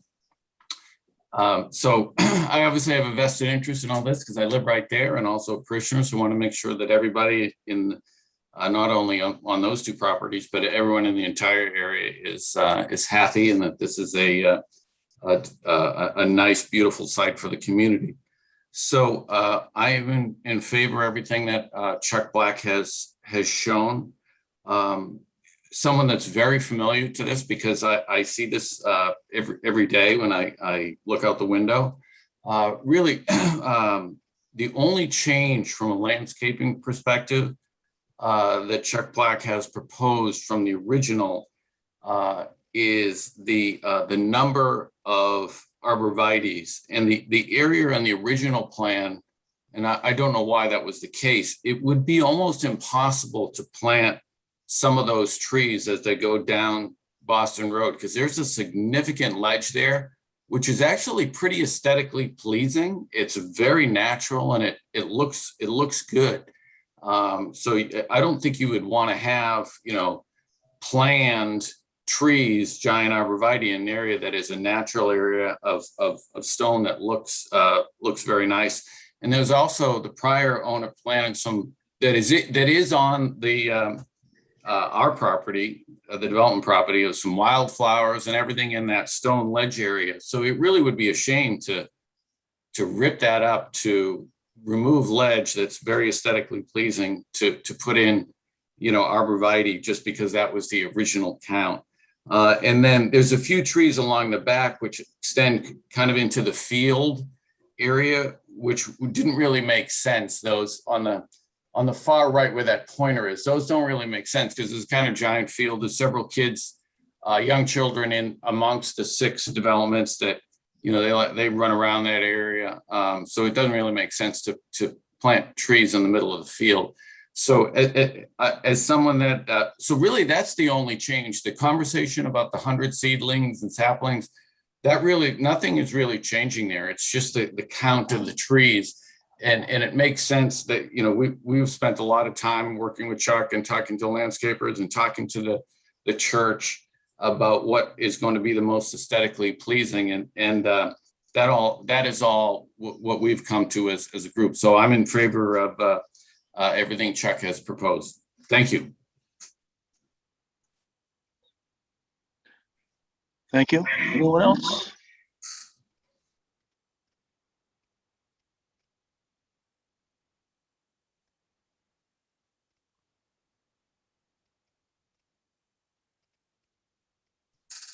No,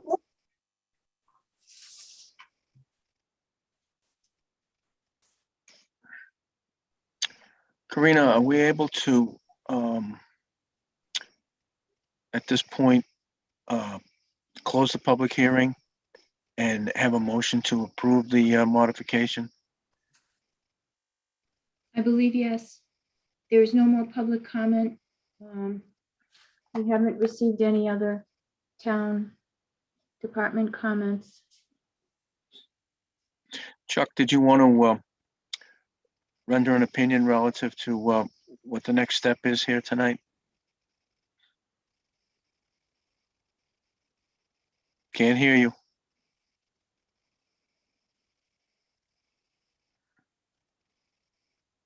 Still muted. There you go. Hi there. Can you hear me now? Yep. Can you hear me? Gene and I want to thank everybody for your time tonight. And again, we're long-term residents in Southborough. We walk by the property every day. We've given it a lot of thought. And I think Dan Farley has, recapped it very succinctly. And Gene and I would love to be able to have the board consider closing the public hearing tonight and approving what we proposed so we can get this work done in this construction Finish the season. project. So once again, we thank you for your consideration. Is the board, the approval period goes beyond our next meeting, goes to September 26th. So we'd either entertain a motion to continue the public hearing and have a reason to do that, or to entertain a motion to close the public hearing and then a motion to approve. What is the desire of the board? I would just like to I had point one out, question. just real quickly, I just want to point out, excuse me, that the decision for the modification will include that prior conditions still hold under the major site plan in regards to the planning board having, 1 year to check out the lighting if it's adequate or too much, as it's a standard type of condition. So those types of things, if you'd like me to include those, I can do that. Andrew, were you gonna go? Yeah, I had one question. I recall at one of the last times we met, the discussion of if we do reduce the number of trees, that either some of those trees might go somewhere else in town or work with the DPW, I believe it was. Or right. Is that happening? I'll answer the question. That was discussed on June 16th. I have not taken any action on that. What I would be pleased to do, because my wife and I would like to see a little more colorful plants of the property. What we could do is along the open space where I have my signs, I was thinking it might be very nice to put some additional flowering shrubs there on some of the ones that we're not putting in as arborvitae. And that would demarc further the line that we preserve that open space line, and put some color in the back of that property. But I'm also trying not to overcomplicate things.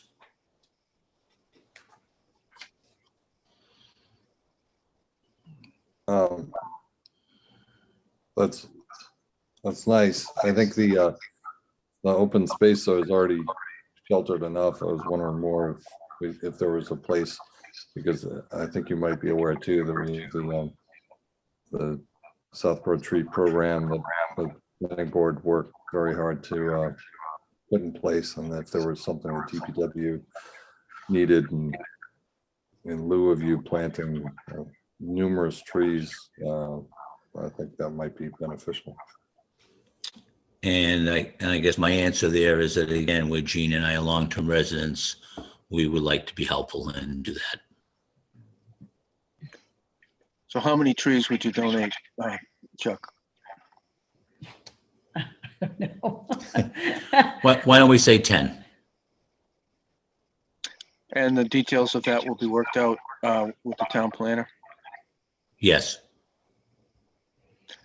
All set, Mr. Mills, with that question? I am, thank you. Any other questions from the board? Comments? Yes, Mimi, I think you went first. Go ahead. Just that it should be clear the size of the trees that are being proposed, because the prior plan is larger than what's intended to be planted. And also if there are wildflowers on that ledge, to somehow figure out what's growing there and to preserve those, because that could be part of the landscaping plan also. And I like the idea of the trees planted other places in town, as long as they're native.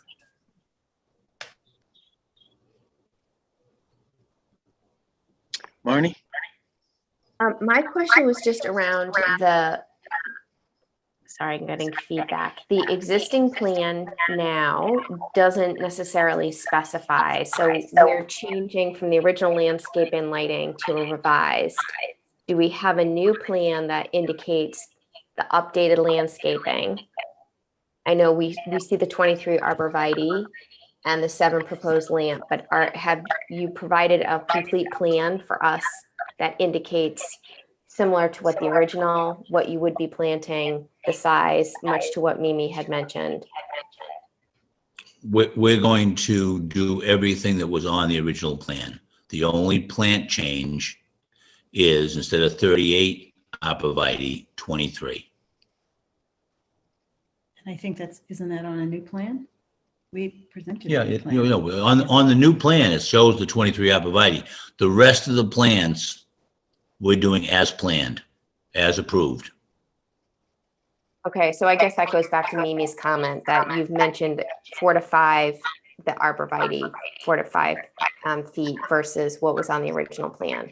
So it's just being able to document that, and maybe Karina, that's within the conditions. Yeah, I was just looking at the existing, the originally approved plan, and it just says giant green arborvitaes, but the planting table indicated, hold on, let me just quickly look here. Pull it up too. Green, 6 to 7 feet in height.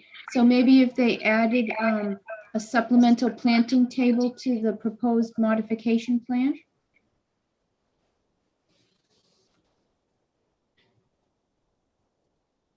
So if you look at the planting table in the bottom left corner, what's on your screen?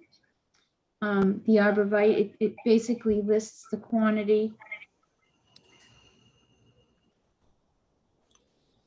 There you go. So you'll see under trees, there's 63 arborvitaes proposed. So that would be reduced by the difference between 38 to 23. There's your Latin name, and it says 6 to 7 height, and you're proposing 4 to 5 feet. So perhaps an updated planting table reflecting the change, That's fine. We can submit that. if that's satisfactory to the planning board. I mean, the modified plan wouldn't show all the symbols, but it could refer back to the original plan saying that it's this line item that has changed to this size and number. Just a thought. Go ahead, Mimi. I know that the arborvitae's on the other side are planted. Are those the original size, 6 to 7? They Yes. appear to be. Yes. So maybe just have another line item for the 23 at 4 to 5. Okay. Thank you.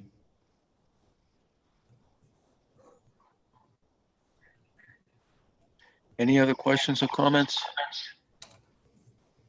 Freddie does have her hand up one more time. Just to be clear, Mimi, you wanted the planting table to just show an added line to it with the 23 that will be 4 to 5 feet in height. And then the 63 will be reduced by that number. Right. Is that clear, Chuck? Yes. Yep. Just making sure. Thank you. Okay. Was I asked to speak? I'm sorry, a box came up. I was Yeah, just, you had your hand raised? yes. Freddie Gillespie again.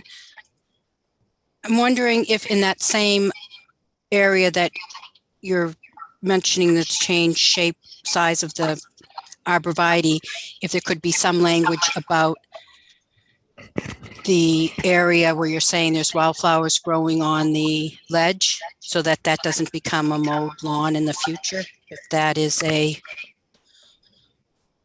planned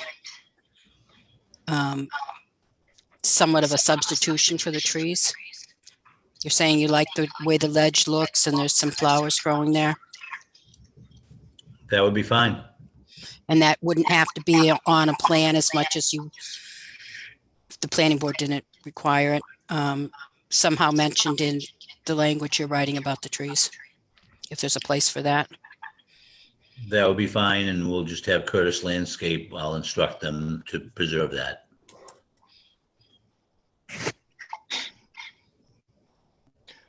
So just to be clear, that's a note on the plan or a note in the decision? Should be on the plan. Okay. Any other questions or comments? Thank you.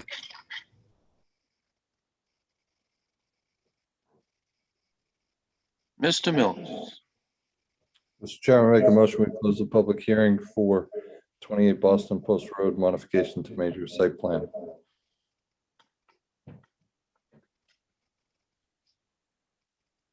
Second, Boston Road. Oh, sorry, Boston. motion's been made and seconded to close the public hearing. Any discussion? Hearing none, all in favor, Morris, yes? Mills, yes. Latrell, Houlihan, yes. We've closed the public hearing. We should probably hear a motion to approve the modification, the modified plan.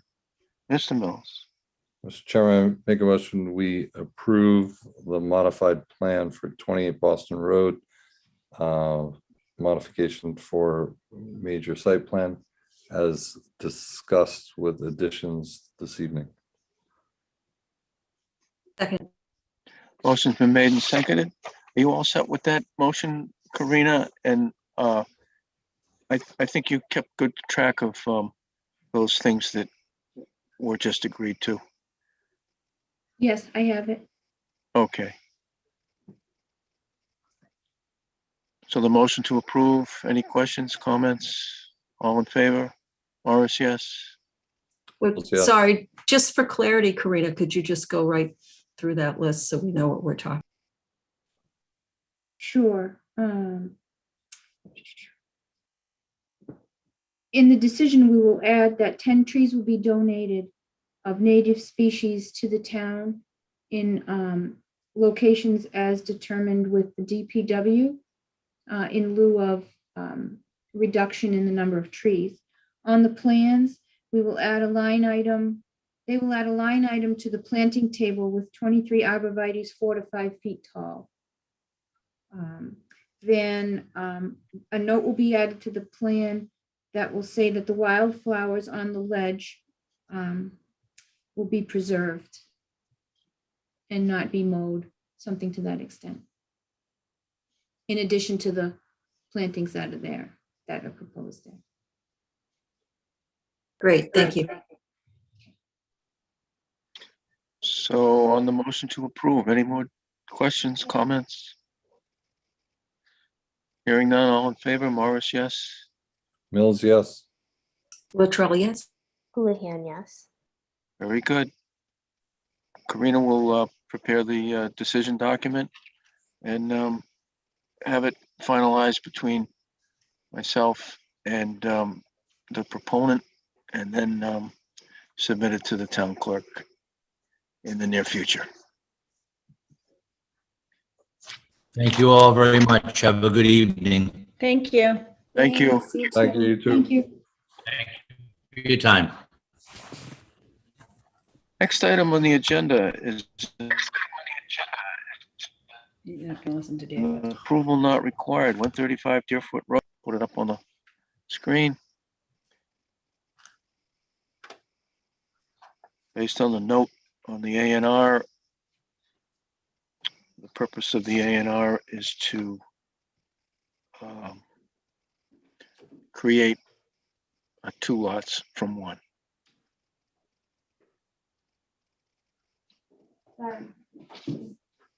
Plugging in here. No.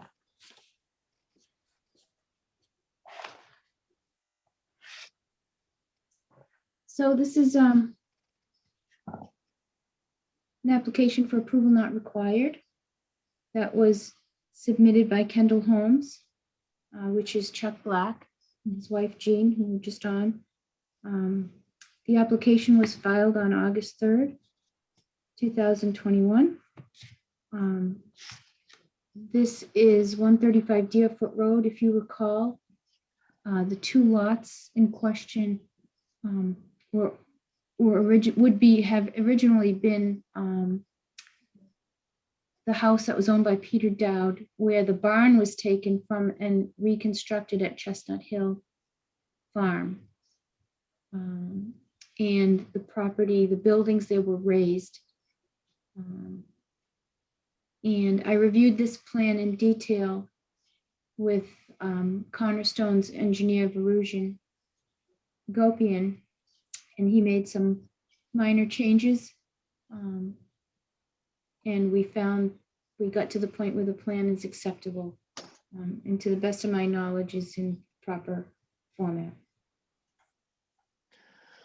So, Sarah, can you point to the line or lines that were put on this plan to that are changed, that have changed the original plan?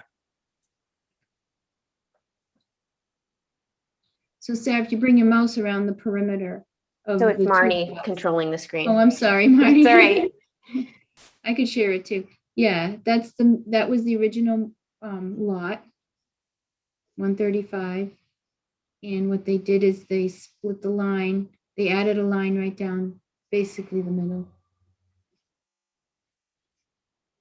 There are current driveway openings in the existing stone wall.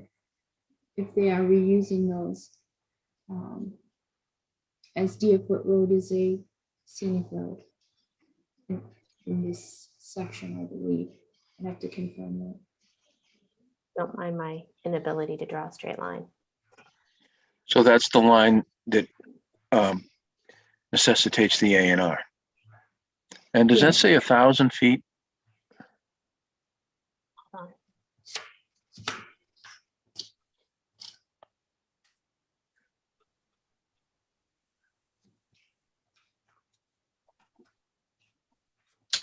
Yes, these are very deep. 1,104 feet. It's got to be one of the deepest lots in the whole town. Any questions or comments, Mr. Mills? I just want to make sure that there was enough frontage. I mean, I know there probably is granted because you looked at it, but just to verbalize it for the record. Yeah, 124. I couldn't see it with my old age eyes, so. And 150. So this is, if Verusian is here, we can always upgrade him to answer the questions. I also have a very small. He is. I'm gonna promote him. That was my only question. All set, Andrew? I'm all set, thank you. Mrs. Luttrell?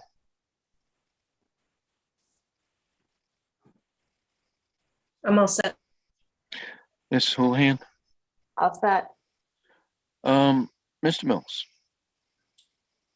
Hold on a second. So this is a residential A zone, which requires 150 feet of frontage. Great. And that's noted on the plan and on the, yeah, right there where Marty's circling. It's actually calling out the frontage of 150 feet Yep. and 150 feet. Thank you. I make a motion, we approve the A&R for 135 Deerfoot Road as requested by the applicant. Motion's been made and seconded. Any discussion? Hearing none, all in favor, Morris, yes? Mills, yes. Latrell, Houlihan, yes. Very good. So Karina, you'll have us come into the town hall to sign the A&R. And the endorsement form. Right, and the form. Hopefully we can all get in there at some point this week. Yeah, I will send out, Sarah and I will send out an email. Okay. And then we'll let you know when it's ready. Okay. Okay, very good. Next item on the agenda is an A&R, 3 Atwood Street.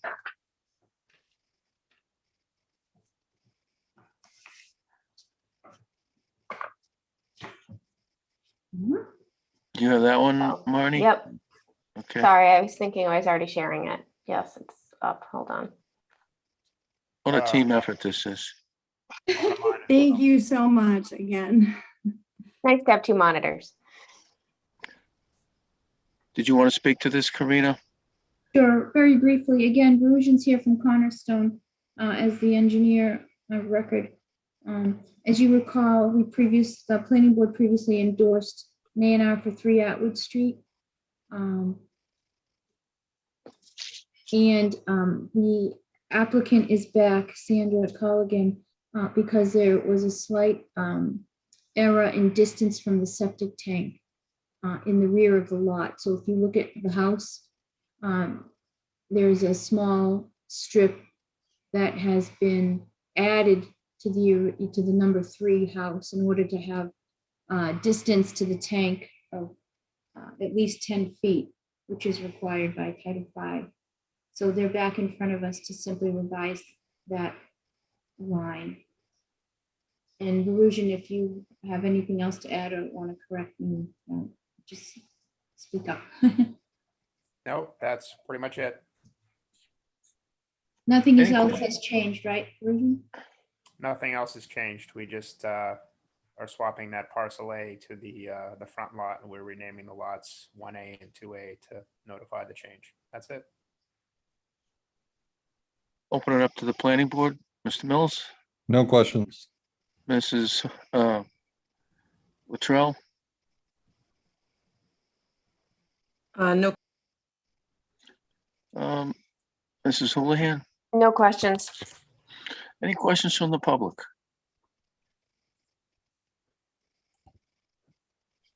I do not see any hands raised on this topic.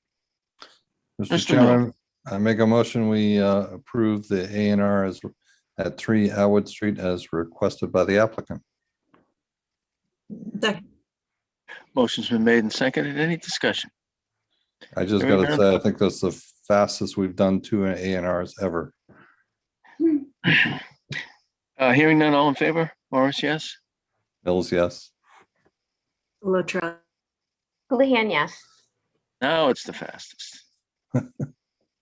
Next item on the agenda. Oh, same thing. You guys will send us an email when it's ready for us to come in and sign. Yes. Next item on And the we'll let agenda you is know a discussion item, open space monitoring report for FY23 update.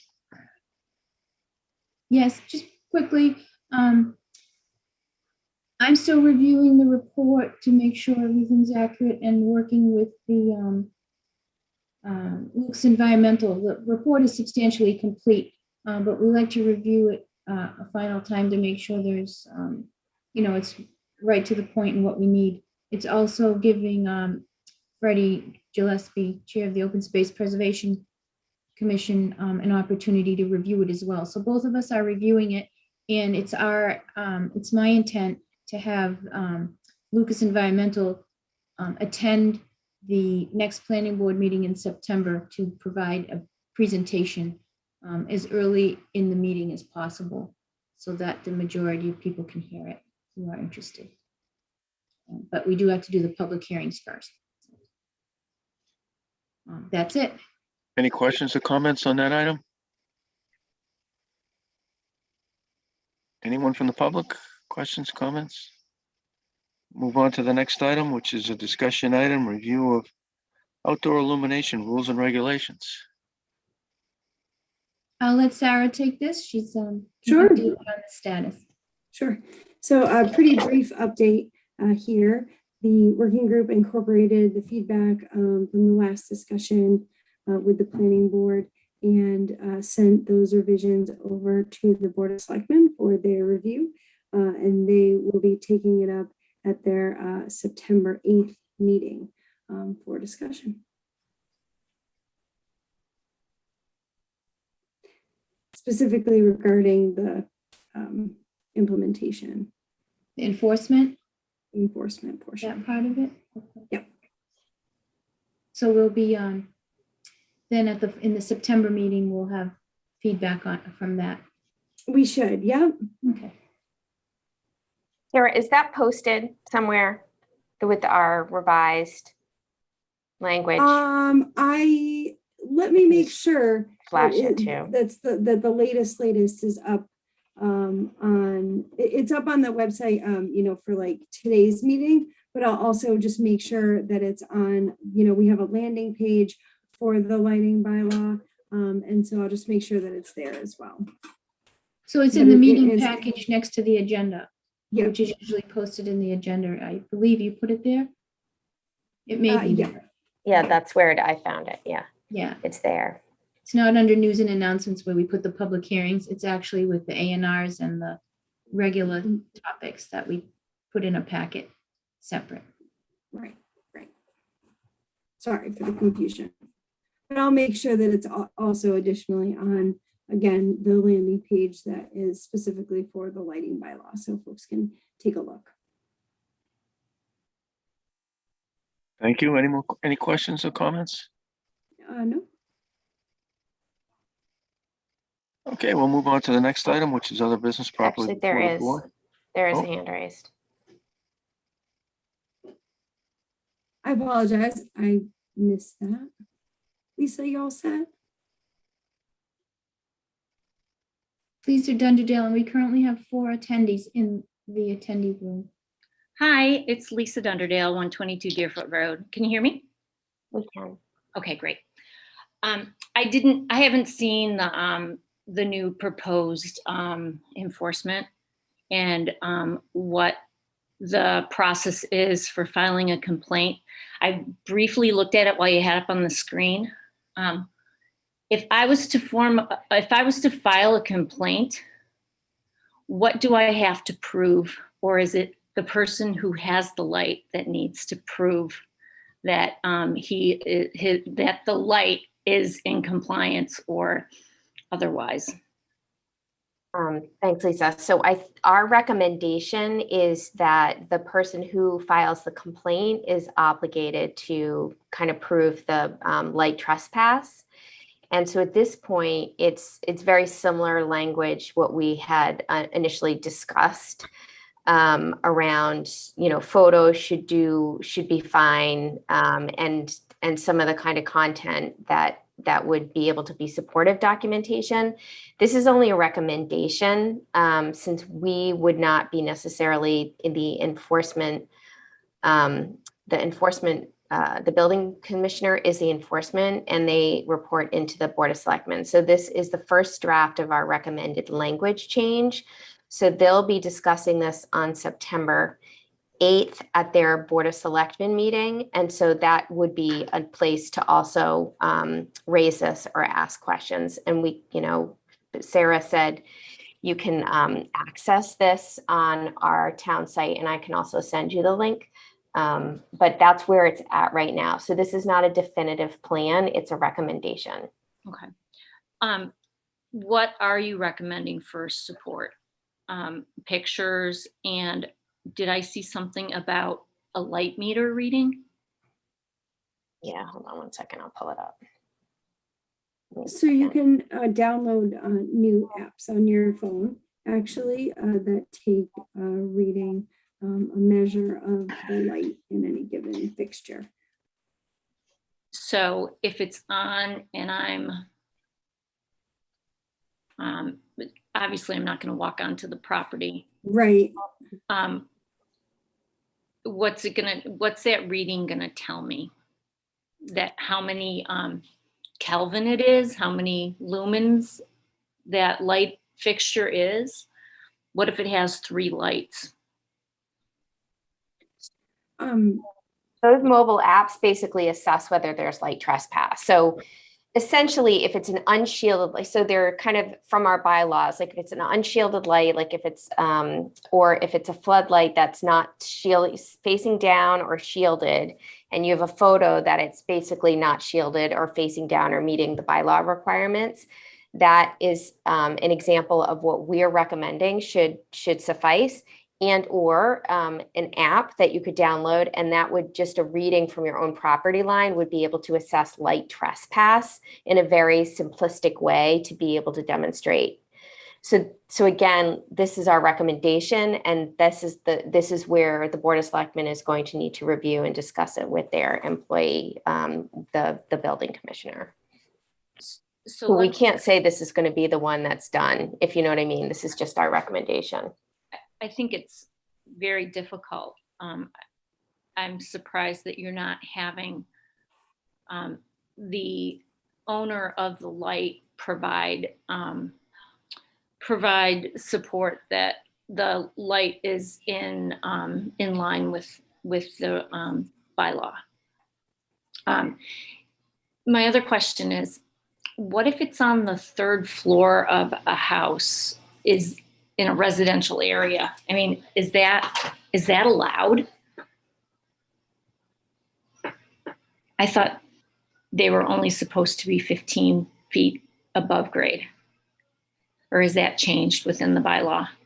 No, so that didn't change. I think we just have to look at you'd have to look at again, this is like it's a bit of we're recommending, this is how the building commissioner can enforce the bylaw. As you know, the building commissioner had previously stated it was not their role. So as soon as the language comes back from the state that approves our language, it will be law, and then they'll have to figure out how to enforce it. So that's the point where we haven't necessarily heard back from the state. This is law, and then we're recommending in the process. So those kind of things have to meld before anything actually can be taken forward. But I think so at this point, I think we have to wait until it's law for actually the building commissioner to actually acknowledge that this is their obligation to enforce. That's great. Thank you. I just assumed that it was approved at this point and you were just working on the next piece, which was implementation and enforcement. But good to see the information. I appreciate all your work on this. And I'm going to say good night. Thank you. Absolutely. Thank you.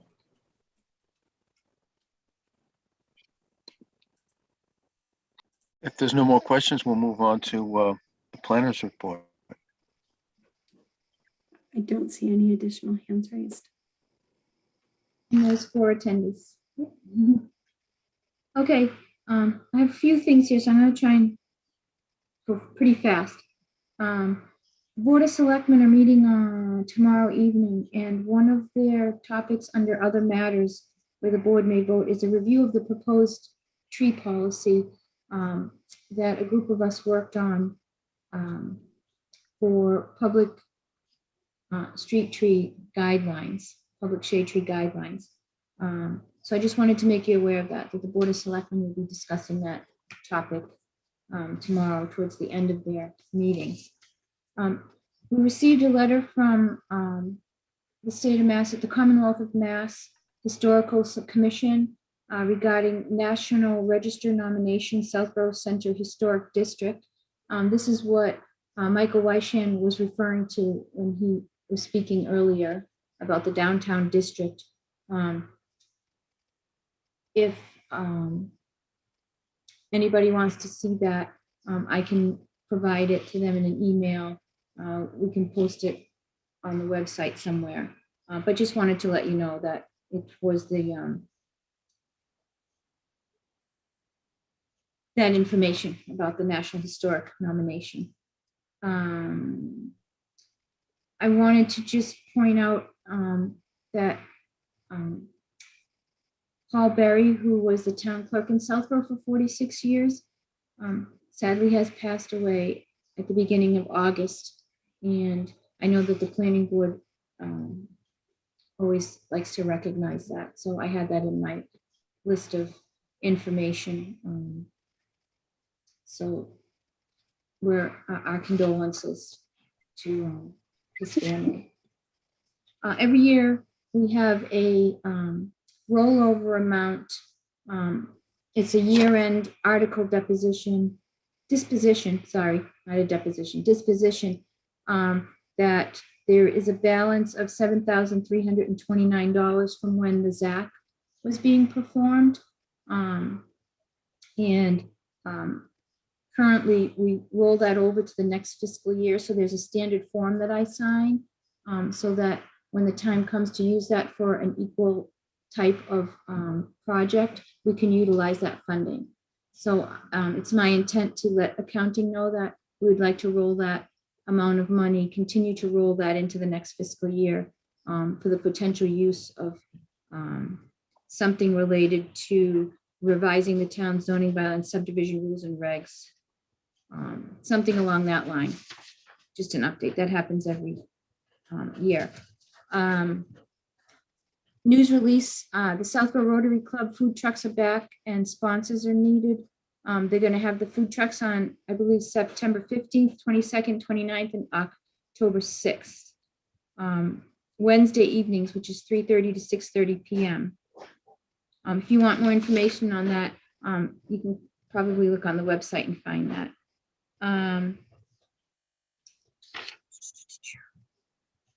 We need to decide, the next meeting will also be a remote meeting, I'm assuming, since we've been deciding meeting by meeting.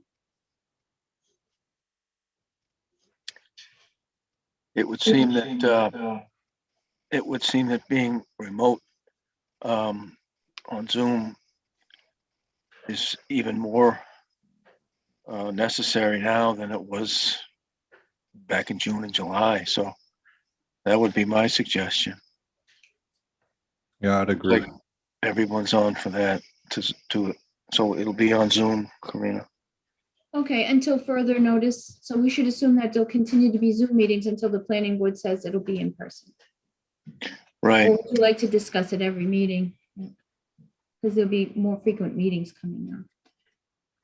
I think we'll I guess as long as the this Delta variant is causing an increase in COVID cases that there's no reason to go back to in person. Okay. So we'll keep it that way.